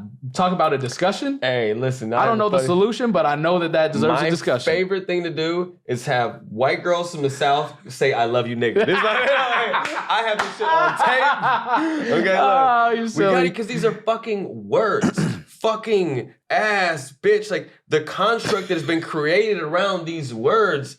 I grew up in a very religious environment where it was like there's good words and bad words. And it's like, who decided what are the good and bad words? Yeah. What kind of shit is this? If God creates everything, there can't be good and bad. It's all part of God. Yeah. It's all good. And that's like perspective I have. Like there's no, you know what I mean? Like he can't possibly create anything outside. If God is everywhere all at once. Agree. Yeah. And so this word actually comes from the, Ethiopian word negas, which means kings. We all know this now. And, but it's just so funny because these words, like, I'm gonna be honest, like, I knocked out a dude's too because he called me a nigga one time. You know what I mean? But they're different times and settings. You know what I mean? This dude was intentionally trying to provoke. He was trying to be, hurtful. I mean, I've been out all times. Like I was in Hawaii. People walk down the street and what's up, nigger? What's up? They'll try to provoke, and that's when I know, like, really in Hawaii? Yeah, for sure, man. All over the world, like it's interesting because it's always people.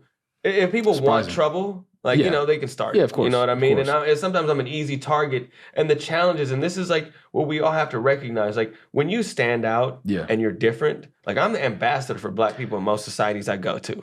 I mean, and you're also so positive that people who see that get upset that they're not willing or they don't feel solid in themselves in order to exude that. And we all know what it's like. Yeah, when I'm around somebody that's super bubbly and I'm not fucking feeling that good that day, that's weird. And so, like, you know what I mean? And that's the biggest challenge because most of the time I'm in these environments and I'm not really trying to holler at these girls. Like I said, I'm super shy. Be real with you. Like I've had one. I'm gonna be real, dog. I've had one. I've been with 2 girls in the past 5 years for real. It's like really intimate, like solid relationships. Yeah. I mean, I connect with people, but it's really challenging me because I grew up in this very religious environment. I see. You know what I mean? So for me, like this sacred, I didn't have sex till I was 18 years old. And it was only after I died and God gave me a second chance to come back. Wow. You know what I mean? So like this image that people are projecting on me is like, it's challenging because like I have to accept it and then like ninja that shit. You know what I mean? Because all these dudes come in like, oh, this black guy trying to take, you know what I mean? It's like, nah, dog, I want to we're trying to be part of the community, society. You know what I mean? We're all connecting. And I know you get that too. You know what I mean? Because you step into communities where you're the only person that looks like you and you have to be the ambassador. I mean, 1,000%. You know I'm not necessarily the Riz guy, but yeah, 100%. Dog, your flow, your energy, and this is like I said, we're magnets. We can't see ourselves. Like I don't think of myself as a super positive, optimistic, like, this is just I'm blessed to have found these things. Yeah. Because honestly, like we're all going through it. Yeah. Like right now. We're all doing our best. You know what I mean? Yeah. Just to I'm going through, honest right now. Like I said, I'm going through the dark night of the soul. This has been one of the most challenging times. And it's because of the same thing, what you talk about with your girl. It's something I can't control. Yeah. I can heal myself. Yeah. But my grandfather's 25% heart and my grandmother who's fucking crying every night, I can't control that shit. Yeah. Yeah. And to have to be there and to do everything I can to help others, but like realize like I have to surrender and just like, damn, there's nothing I can do. Yeah. You know, one day this journey is gonna have to part and I'm gonna have to, go down this path. So yeah, man, I'm just really grateful to be here to get out because I'm gonna be honest, it's been tough, man. Like I've healed myself and I can heal myself 1,000 times. Yeah. But helping others and like, being with those people who are really challenged around you. And it's not even, it's not that bad. Like everything is good, but it's just, I guess I can't control it. Yeah. So it seems a little bit more out of my, so. It's humbling. And then once again, like I said, like what do people give up, right? Like you could choose in this moment to be like, hey, you know what? My own selfish things are more important. You're like, nah, listen, never. I'm telling you, I can get in my whip right now. Like I was with a girl last night. I was at a girl's studio last night till 12 o'clock. Yeah. I gotta go into her house and I'm never going home. What? Yeah. You crazy? Yeah. I mean, the Tracy Chapman song, get in my car and just roll. Like, you know how many times I want to jam that shit? But it's like, it's a balance between like, all right, like you said, I still need to drop into myself. Still need to create my own energy. I still need to have my own frequency. You have a moral compass. Yeah, for sure. But at the same time, like, it's my family. Yeah. You know what I mean? 100%. Yeah. Yeah. Oh, yeah, you my family, dog. Yeah, bro. And I appreciate you, and I'm really glad to drop in with you, man. I can't wait to talk more, hear more about this, dog. Yeah. And share this with the world, though, man. Because this story, this tragedy over triumph. Yeah. You know, telling your story, because we all have times we feel like we're the victim.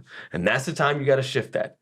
You know what I mean? You heard it. We all got times you feel like you're going to be the victim. There's going to be times in your life where you're like, damn, I can't believe they did that to me. But I believe we live in this progressive universe. Yeah. And we are in control. Yeah. I mean, everything that happens, like, I believe I create, whether consciously or subconsciously. Yeah. Like, this is the reality that we live in. So I have to take responsibility in order for me to be able to change. You feel me? Amen to that. It's a burden and a free, you know what I mean? It's freedom. It's the blessing and challenge. Yeah, for sure. Yeah. You know, like, and even the, like you said, the subconscious or the unconscious, whatever you're doing, like all the micro decisions that we think are inconsequential, all direct us towards that trajectory of whatever we're experiencing. And we can't quantify this shit. But the point is like, even how you rolled out of bed this morning, oh, you bent your toe. Whatever happened? Like, oh, you stubbed your toe in the shower, or you used a certain type of shampoo. Someone comments on it. Who knows, right?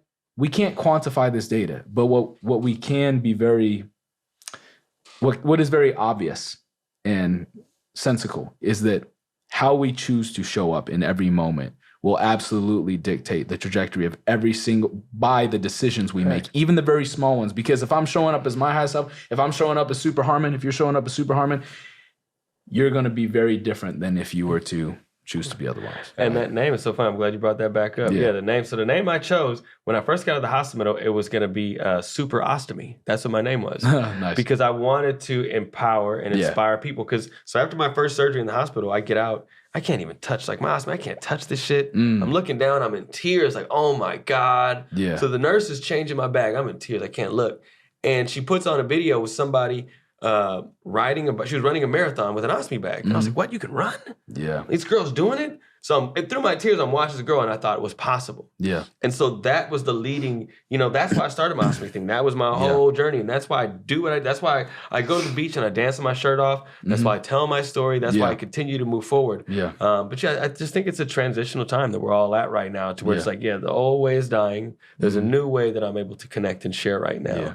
And so, I'm really grateful to do that, man. And I like how you mentioned the butterfly, because the butterfly literally liquefies. Like, it literally does die. The DNA changes. Which is literally, like, talk about a metaphor, you know what I mean? You can't kick it with your caterpillar friends on the ground. You got to fly. You know what I mean? And that's what I've been feeling lately. Like, I want to go back to my old caterpillar homies. You know what I mean? Who was like, was comfortable with being in that. Like, Dave Chappelle talked about that. Back in the day, you just kicked it with everybody. You didn't care. Yeah. And now it's like, I can choose who I want to be around. And it's not going to be perfect, but I still want to choose environments that uplift me. And no, keep going.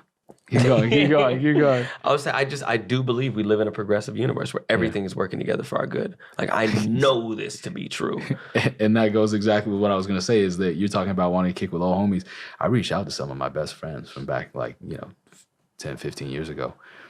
And I'm like, yo, let's link up, man. Like, it's been a long time.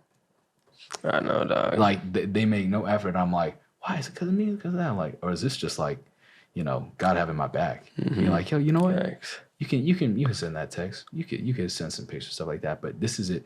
This is beyond, arm's reach right now for a purpose. It's like, oh, okay, gotcha. Divine order, divine time. And building those new bridges, because that's what we're all really creating. Like, that's what you're talking about. Like, we didn't realize the social structures that we had built for our entire lives. Yeah. That was just organic. Now we have to kind of reassimilate those things, but also we get to choose them now. Yeah, we do. Because before it was like, just place, you're born into it. Yeah. Now it's like, objectively choosing. Like, you know what? I want to kick it with Sean. Let me see what he's about. You know what I mean? I want to kick with Harmon. Like, these people I really want to be around more. Yeah, 100%. So I think it's challenging, but definitely more opportunities than ever before. Yeah, bro. Just like this, bro. Yes, sir. Yo, appreciate you, I appreciate you so much for coming on, bro. Man. Thanks for having me, dog. Like, I don't even know how long it's been. We just been vibing, I don't even know, bro. Dog. Yeah, we went off on the top. Like, I think we ran out the blocks a little too fast. No, I think it was perfect. This was magic. The time is Hollywood. Now. The time is always now. You know what I mean? Thanks. Yo, everybody, this has been the Magnanimous Collective with the one and only Super Harmon. How can they find you, bro? What do you want to shout out? Plug in? My gram, Super Harmon on Instagram. My name is Harmon Clarke. You can find me, online. Yeah. But I'm just really grateful to share. I've been at a lot of the Cedar Sinai conferences. I spoke at the VR Med past few years. You can find me online with those things. But yeah, grateful. This has been amazing. Yo, make sure to tune in for the next time this guy comes on, because I'm sure it's not the last. We got a lot to talk about. Thank you all for tuning in. We'll see you on the next one. Thank you guys. And make sure you check out his flows. His music is amazing. I don't know if y'all know about this, my man. He's talented. You can, mad flows. You can find us somewhere. Hey, break him that flow off one more time as we get on the outro. We'll save it. We'll save it. Next time we're gonna freestyle. All right. Peace, y'all.